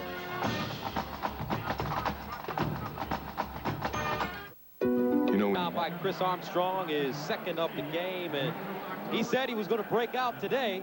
And with the addition of Gerald Alfin, this Baltimore receiving core is unstoppable now, and the ball should be flying in his direction an awful lot now that they can't double team him. And he was, you know, like a kid in a candy store talking about Gerald Alfin. Look at the scoring drive, though. How often do you see a 102-yard scoring drive? Only in the CFL, ladies and gentlemen. Gus, you're right about the receiving core, though. They're poised for their playoff run. Great group. Huerta puts a toe into it. Thomas standing at the 16.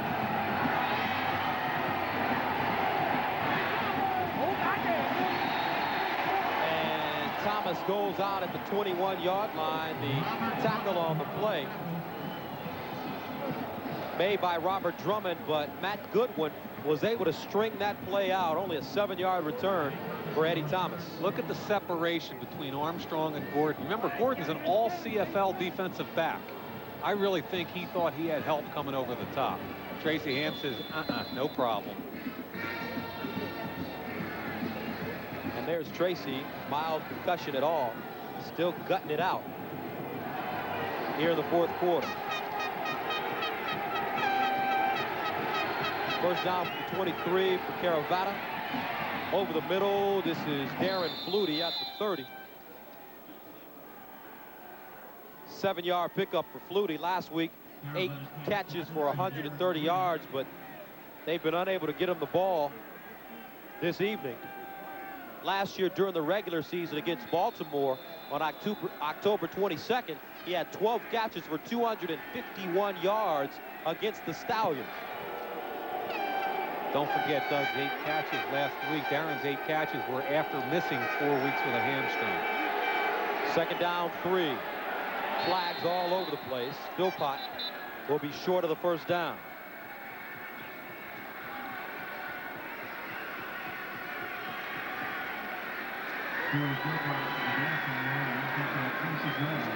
And it's offsides against the Stallions. That's a gift. Offside. Baltimore, number 98. First down. That's a gift from Gerald Bayless. If you're BC at this point, Gus, what you've got to do is say, hey, we're only down 11 points. Look at the total yards right there. Penalties, 15 penalties, over 200 yards in penalties. Just sloppy football. But BC's got to take their time. We're only down 11 with plenty of time left. Another flag. Caravata has it batted down at the line of scrimmage again. Elfrid Payton, that's the second time he's done that this evening. Aside from the offsides penalty, the block that John Leach made on Elfrid Payton. Looks like Elfrid may have gotten a quick jump on that play, too. Elfrid went up in the air. Baltimore, number 56. Repeat first down. Payton was offsides. He went up in the air to block the pass, and Leach cut him. And I guarantee you, Elfrid didn't like that. Watch the top of your screen. You see number 4, and he buries him. He puts his helmet right into him, buries him, and then had a little something to say at the end. Right there. First down, 5 from the 40-yard line for BC. Going deep again. Incomplete. Darren Flutie, the intended receiver, but Chris Johnson was right there.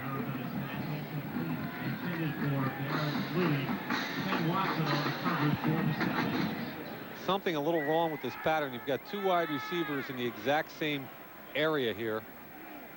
And when you look at the field, Mike, see that Clark and Flutie right next to each other. That's horrible separation. When you look at the field, got a lot of rain early this morning. Do you think it's really been a factor? No, not really. It's the only factor is that BC likes to play in the rug at home. They're used to the rug. Baltimore's used to the grass. In that case, yes, it is a factor. Second down and 5. Almost intercepted. Ken Watson had one hand on the football. Ken knows if he catches that, he's still running. His 5th breakup of the year.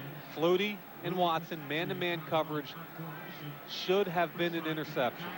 No question. And he gave him a little point. He said, Darren, I had you that time.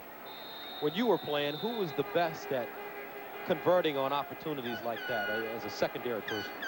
I'll tell you who I like was Everson Walls. Dallas Cowboys. Dallas Cowboys wasn't even drafted, led the NFL in interceptions, and the guy never missed an opportunity. 11:34 left, 24-13 Stallions. Mr. Ham has stuck it out as he heads back into the ball game, up 24-13, 11:34 left. And what's Don Matthews trying to prove right now? No, I think what you said a little while ago, he was concerned about his guys not having that edge going into the playoffs, and he's trying to make a point right now. Nobody is above the law. Tracy Ham, if you can play, you're going to play. I don't care what position. I don't care if you're a little nicked up. In my ball club, you're going to play football if you can play. And I think what he's trying to do is leave this game on a positive note. First down from the 37-yard line for the Stallions. They line up in the I formation as Robert Drummond quickly goes in motion. They flip it out in the flats to Alvin, and he's stuck by Tom Gordon at the 35. And Charles Gordon just got beat deep on that last touchdown pass. And when you're a defensive back, you can't have a conscience, and you've got to be aware of some things. He just took out a lot of frustrations. There goes the throw. Oh, that's on the Flutie pass. Kenny Watson. Oh, still be running, Gus. Darren Flutie. Little resemblance there to the older brother. Doesn't wear the hair quite as long. Ham. Near side, intercepted again. And a penalty flag has been thrown. This is Charles Gordon, his second interception of the ball game. Out of bounds at the 16 rather. Tracy Ham making the tackle, a 28-yard return, but there is a flag on the play. Forward pass interference. Baltimore number 81. Decline. First down. Bad pass, but how about the tackle by Tracy Ham? He could play defensive back for me. Watch this form tackle at the end of this. Now, I don't know how you throw the pass in this situation. It's a misread right there. He thought his wide receiver was going to break out. Watch the tackle at the end. Oh, we're not going to get it. Poor throw right there. Gordon makes the cut on the football. Tracy Ham comes over, makes a picture tackle. Chris Armstrong upset about that play. Little miscommunications there, Gus. I think he thought Chris was going to slide outside. BC on the Baltimore 21-yard line. High snap for Caravana. Going in the end zone, incomplete. John Leach, the intended receiver, he was locked up with the linebacker, but he didn't look over his shoulder for the football. He had Rob Gordon wide open on the slant. They ran a little... Julio had to handle a bad snap off the get-go. Look at the one-hand catch, right-handed, but he missed the slant pattern. He had Rob Gordon wide open. He tried to force it into Leach. Another characteristic, Gus, of the young quarterback is the young quarterback will predetermine where he's going to throw it rather than make the right read and then deliver. Caravana won for his last 6. He pulls out early and will be flagged for it.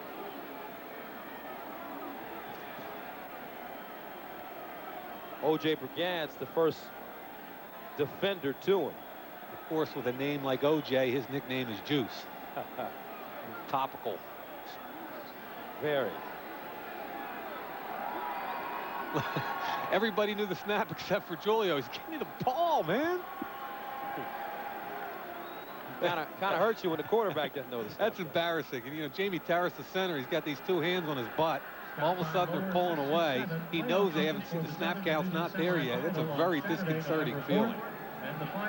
The only thing I know worse than that is when the quarterback gets up behind the guard and puts his hands under the guard. That's happened a couple times. And it's funny because you see the guards aren't used to that. They jump about 10 yards.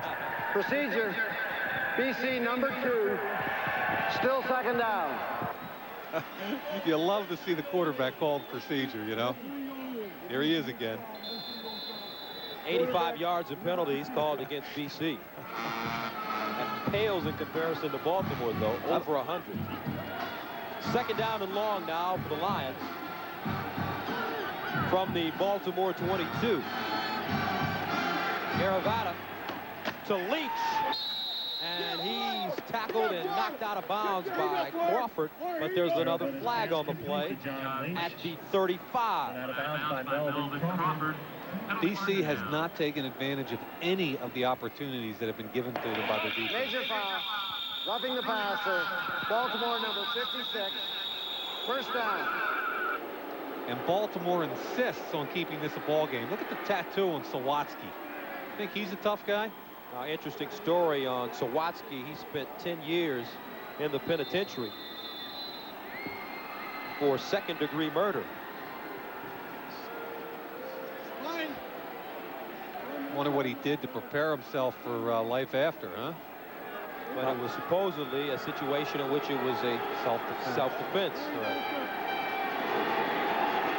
And they give it to Philpott, trying to burst outside, and he'll be shy of the goal line. Corey Philpott came close to getting into the end zone. But I like the call. I like the call there. They've had all kinds of opportunities. They haven't taken advantage of any of them. Get the football in the hands of the guy that's been your most productive player, Corey Philpott. And Gus, this is 3-down territory as far as I'm concerned. You've got to get the ball in the end zone, and then, in my opinion, you go for 2. You're down 11, go for 2. Corey Philpott, all SEC at Ole Miss, and an honorable mention All-American his senior year. And they give him the football over the top, and he scores. Corey Philpott. 19th touchdown of the season. He leads the CFL with 14 rushing touchdowns. And the BC Lions are keeping it close. Watch the elevation. 5'9", 185. Really like Corey Philpott. Now, Gus, it's 24-19. If you go for 1, you're down 4. If you go for 2, and you make it, you're only down a field goal. I would go for 2 right now. I think they're going to call timeout just to talk about that. In the Canadian Football League, each team is given only 1 timeout per half, so BC will waste theirs. I think somebody woke up on their sidelines and said, hey, we might have to go for 2 here. I mean, that's the right call. Whether you're down 4 or 5 right now, it doesn't matter. Go for 2. Make the aggressive play, and that's what they're doing. They burned the timeout to get the 2-point conversion group on. And that hurts. You got to be better prepared than that. Dave Ritchie knows it.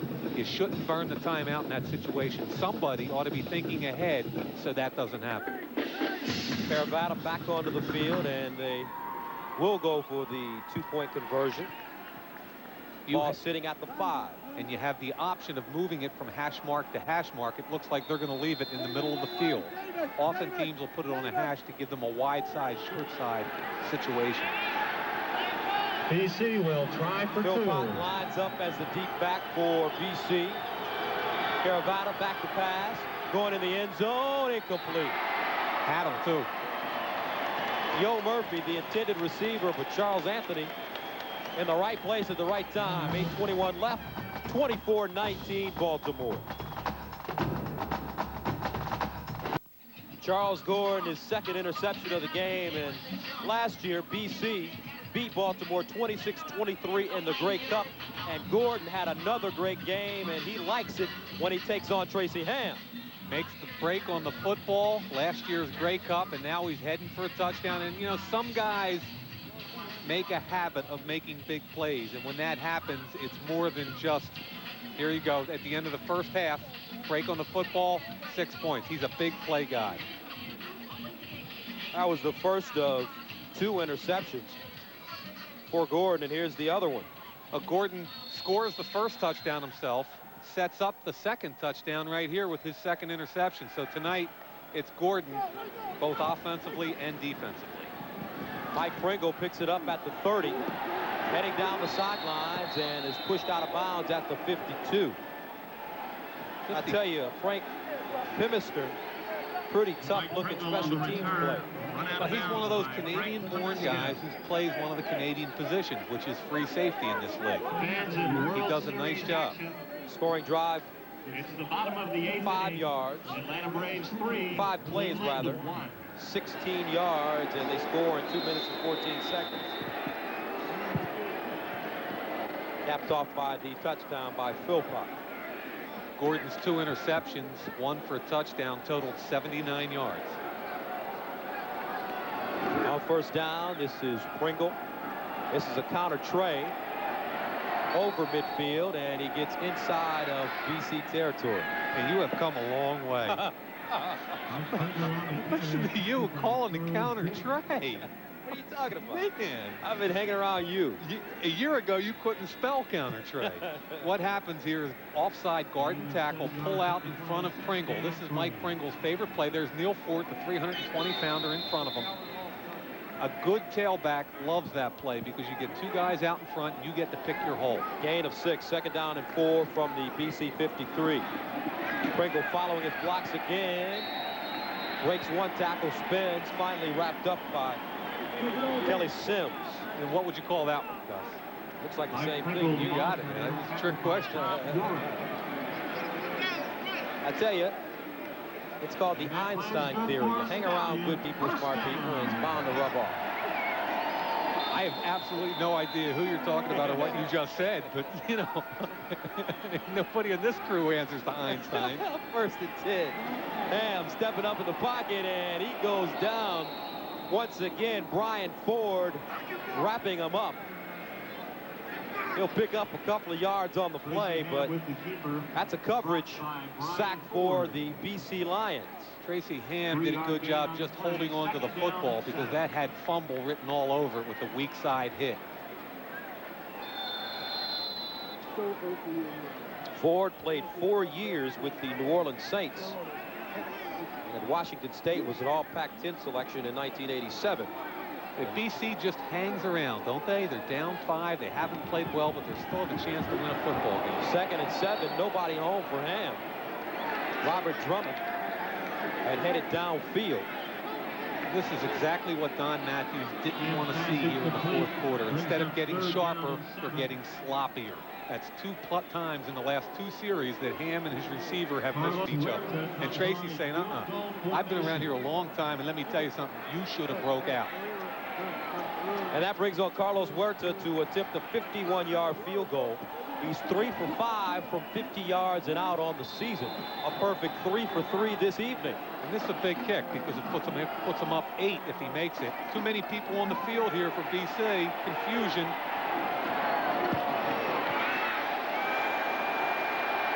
And it's wide to the right. So Darren Flutie takes a knee in the end zone. That'll be a single point. And the single doesn't hurt you there. 5 or 6, it doesn't matter. Good play by Flutie. You get the field position at the 35. And you can see that Huerta, he wants to make every field goal count, especially from that distance, if he has any hopes of moving to another level next year. It's a sloppy field. Tough. You know what? People don't understand. It's tougher on the place kicker's plant foot than it is his kicking foot because the plant foot slips, and then you lose a little bit of your power. Harlow's not real happy. All-American at the University of Miami during their glory years when they won a national championship. He back in the Big East had a team or two in it. I'm not going to touch that one, Mr. But you can say that being a former Big East player out of Boston College. First down from the 43. Caravana over the middle, incomplete. Nobody home. And a lot of pressure being put on Julio by Grant Carter. Carter's a good football player. He gets up the field very quickly. Defensive end, really knows how to push off the edge. Very cleanly beats Furtick's block. He's in his 2nd year out of Pacific. 2nd down 10 from the 43 for the Lions, trailing 25-19 with 5:20 remaining in this football game.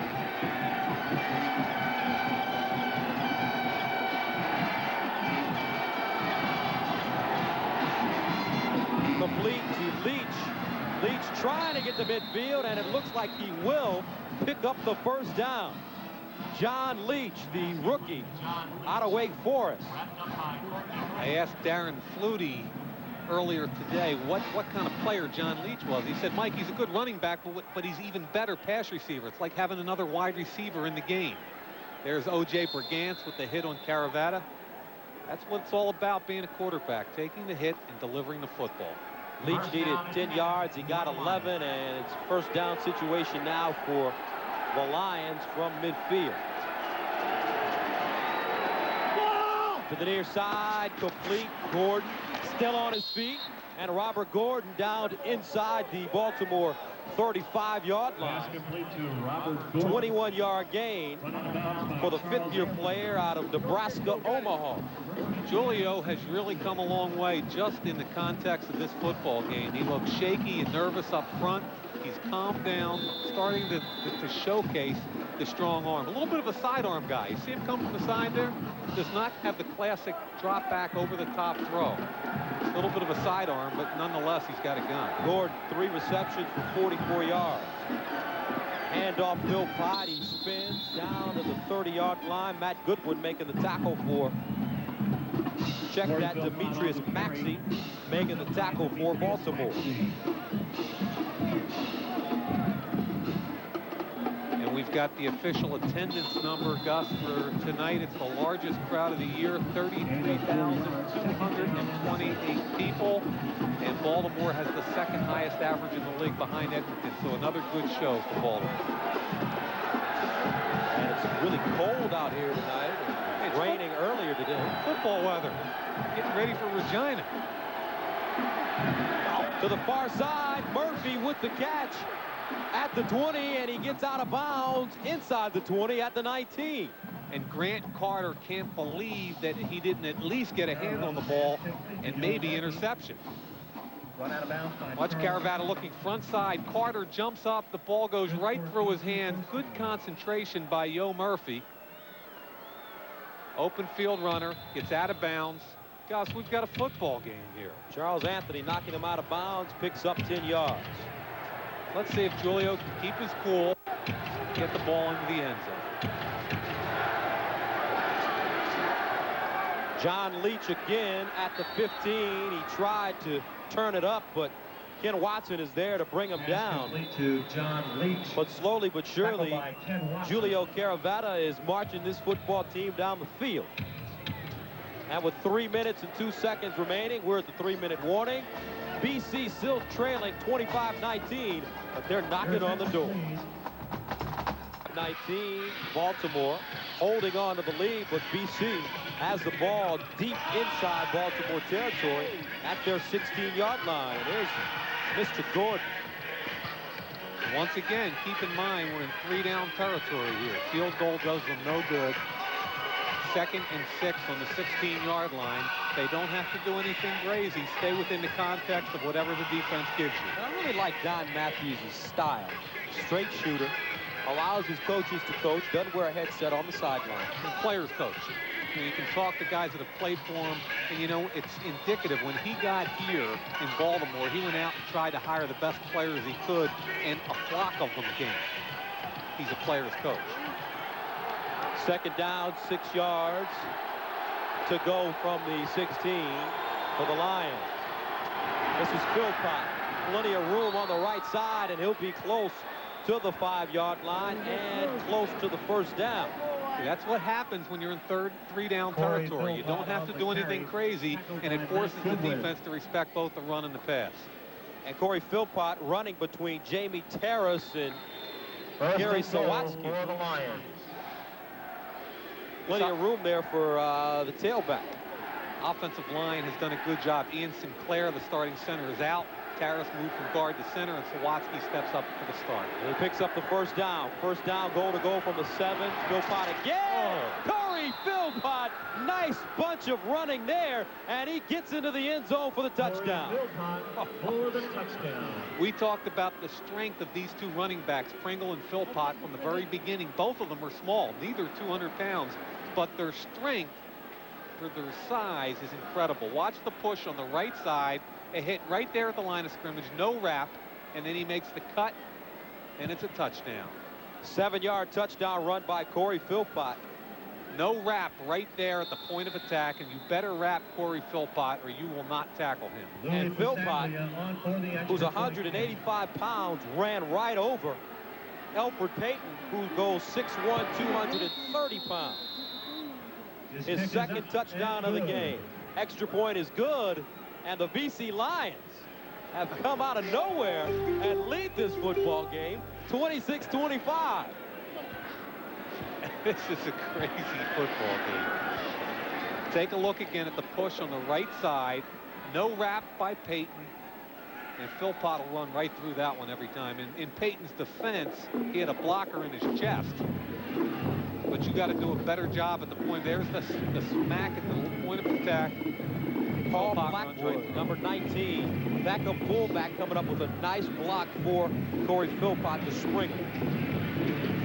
Yeah, Blackwood's a blocking back out of Cincinnati. He did a good job with not allowing Elfrid Payton to wrap the arm.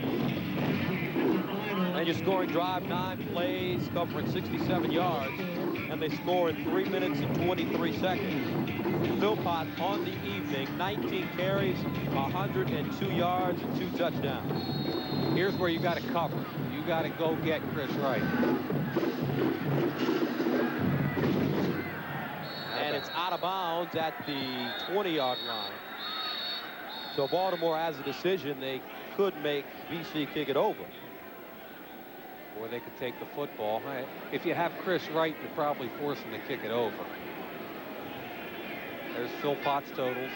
You know, he averages over 5 yards a carry, and that's exactly what 19 for 102 comes out to. Just over 5 a carry. BC number 5. Re-kick. 5-yard penalty. What happens is Louis is trying to kick the ball away from Wright as much as he can and make him run to catch the football. That time he just pushed it a little bit too far outside Wright. Dave Ritchie sitting there saying, can you believe we might win this football game? How badly have we played tonight, and we might beat the 13-3 Stallions. They've lost 4 straight ball games. This is what they need. They need some momentum going into the playoffs. Directional kick. Peter Tuipulotu running from his own 30, and he's upended at the 44-yard line. Only a 10-yard return. Tuipulotu started the season as the #1 fullback, but was beaten out by Robert Drummond.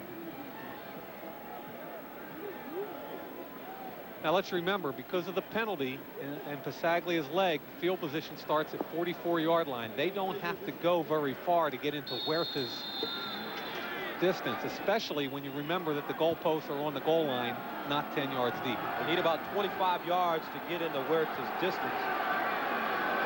And they'll start from their own 43. Hand, safely in the pocket, caught. Nice fingertip grab by Robert Clark. 18-yard gain. They're already on the outer edge of Huerta's distance right now.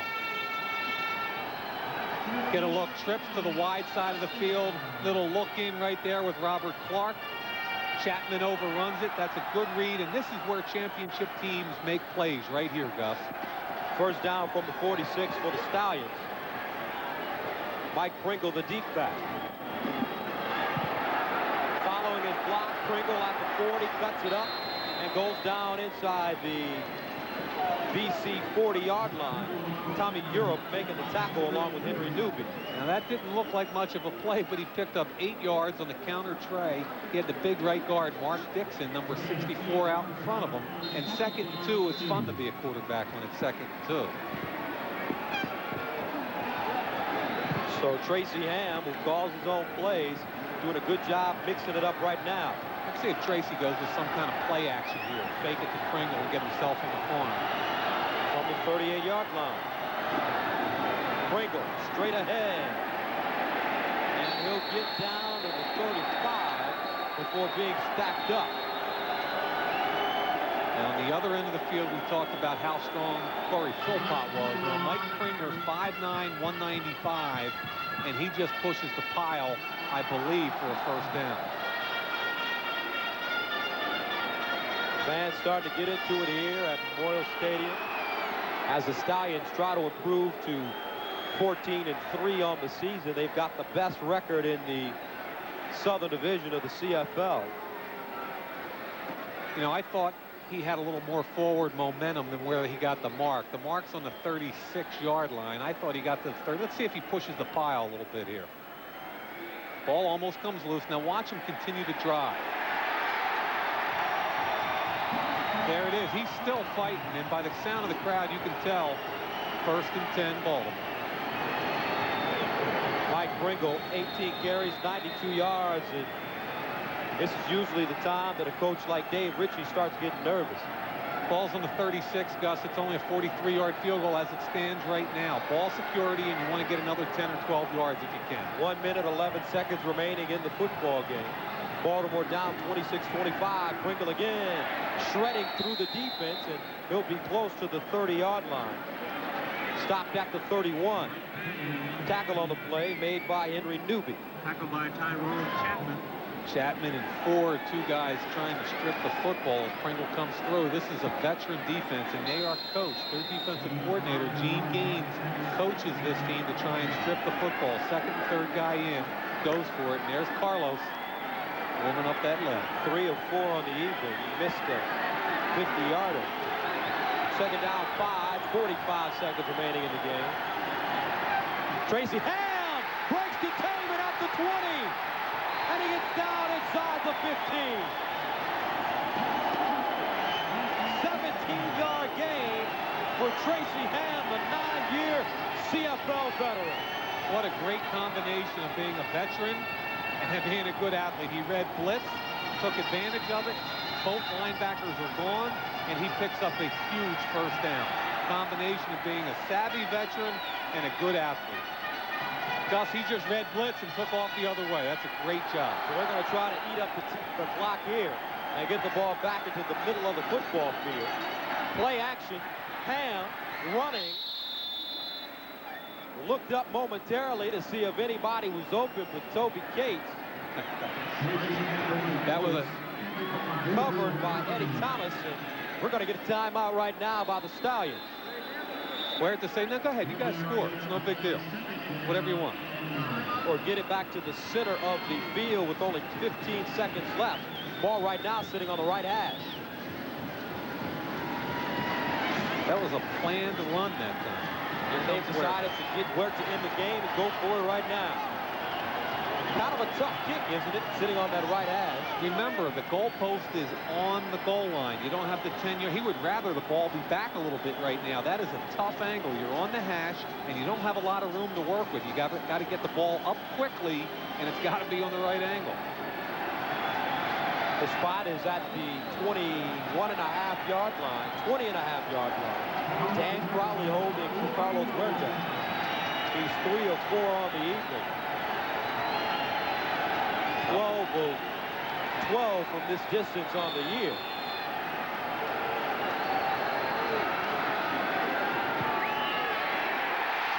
And it's good.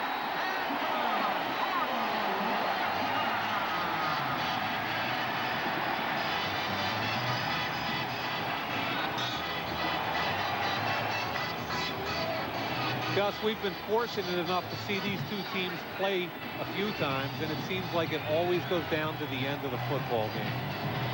Huerta concentration. Just a chip shot for him. Tough angle, but a chip shot. A big sharp Bordanish almost kills the little kicker. There's the look of the Lion right there. Intensity, head coach Don Matthews. Great job, guys.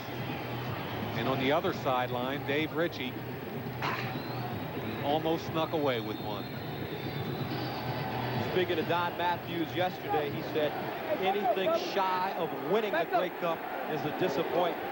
But you know, when you get a taste and come away empty like they did last year, there's only one thing that's going to solve that. 11 seconds left for Caravana, trying to get his team down the field, and he almost throws an interception. Tracy Bradley catch the football. See, that's why Tracy plays defense. He wears that low number, number 7, but he plays defense for a reason. And there's an injured player on the field. That's Stevenson for BC, the right tackle, 14-year veteran out of the University of Calgary. Here's a guy that's been around a long time. He played 162 games in Saskatchewan, and you know who the defensive coordinator was there for a long time was Don Matthews. Stevenson playing in his 210th game in the Canadian Football League. They're probably going to have to bring Jim Mills in for him. They've got 6 seconds left on the clock. And Julio's just going to have to drop back and throw the football and hope something happens. Interference or a free play. No timeouts remaining for BC. They already wasted it. Trailing now 28-26.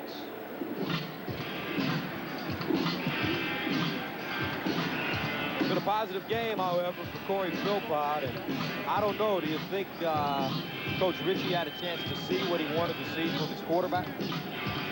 two different halves. I think Julio Caravata was a little shaky in the first half, which is, believe me, that's a normal situation your first start in the professional league.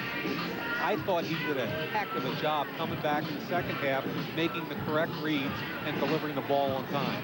So I think the answer to your question is, yeah, I think they go into next week feeling like they've got a backup quarterback that's capable.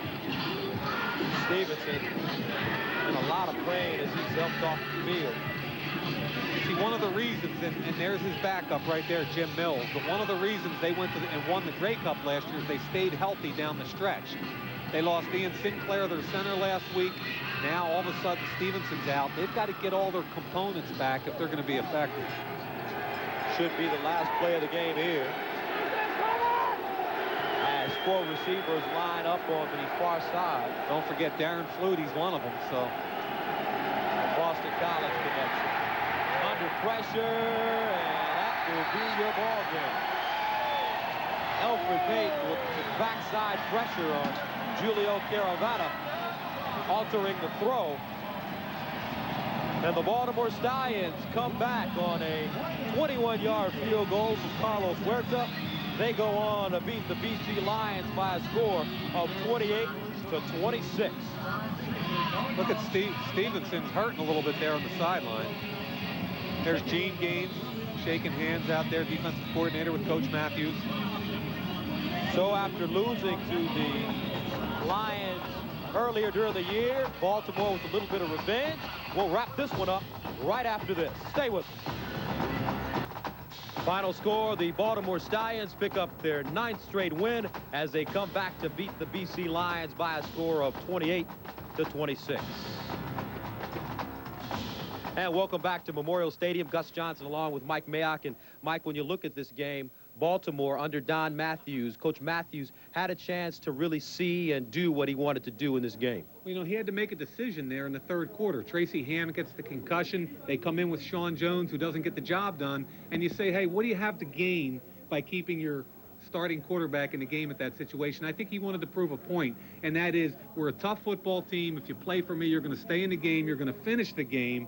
And what was really important is big players make plays at the end of games like that. That's a championship team. And despite the loss, I had a feeling that Dave Ritchie had a chance to see and do the same thing. I think what they told me yesterday and today is, aside from the win or loss column, the important thing was to play well, start some kind of drive for the playoffs. And that's what happened tonight. Well, the Baltimore Stallions win their 9th straight. They go on to win the game 28-26. For Mike Mayock, I'm Gus Johnson saying so long from Memorial Stadium.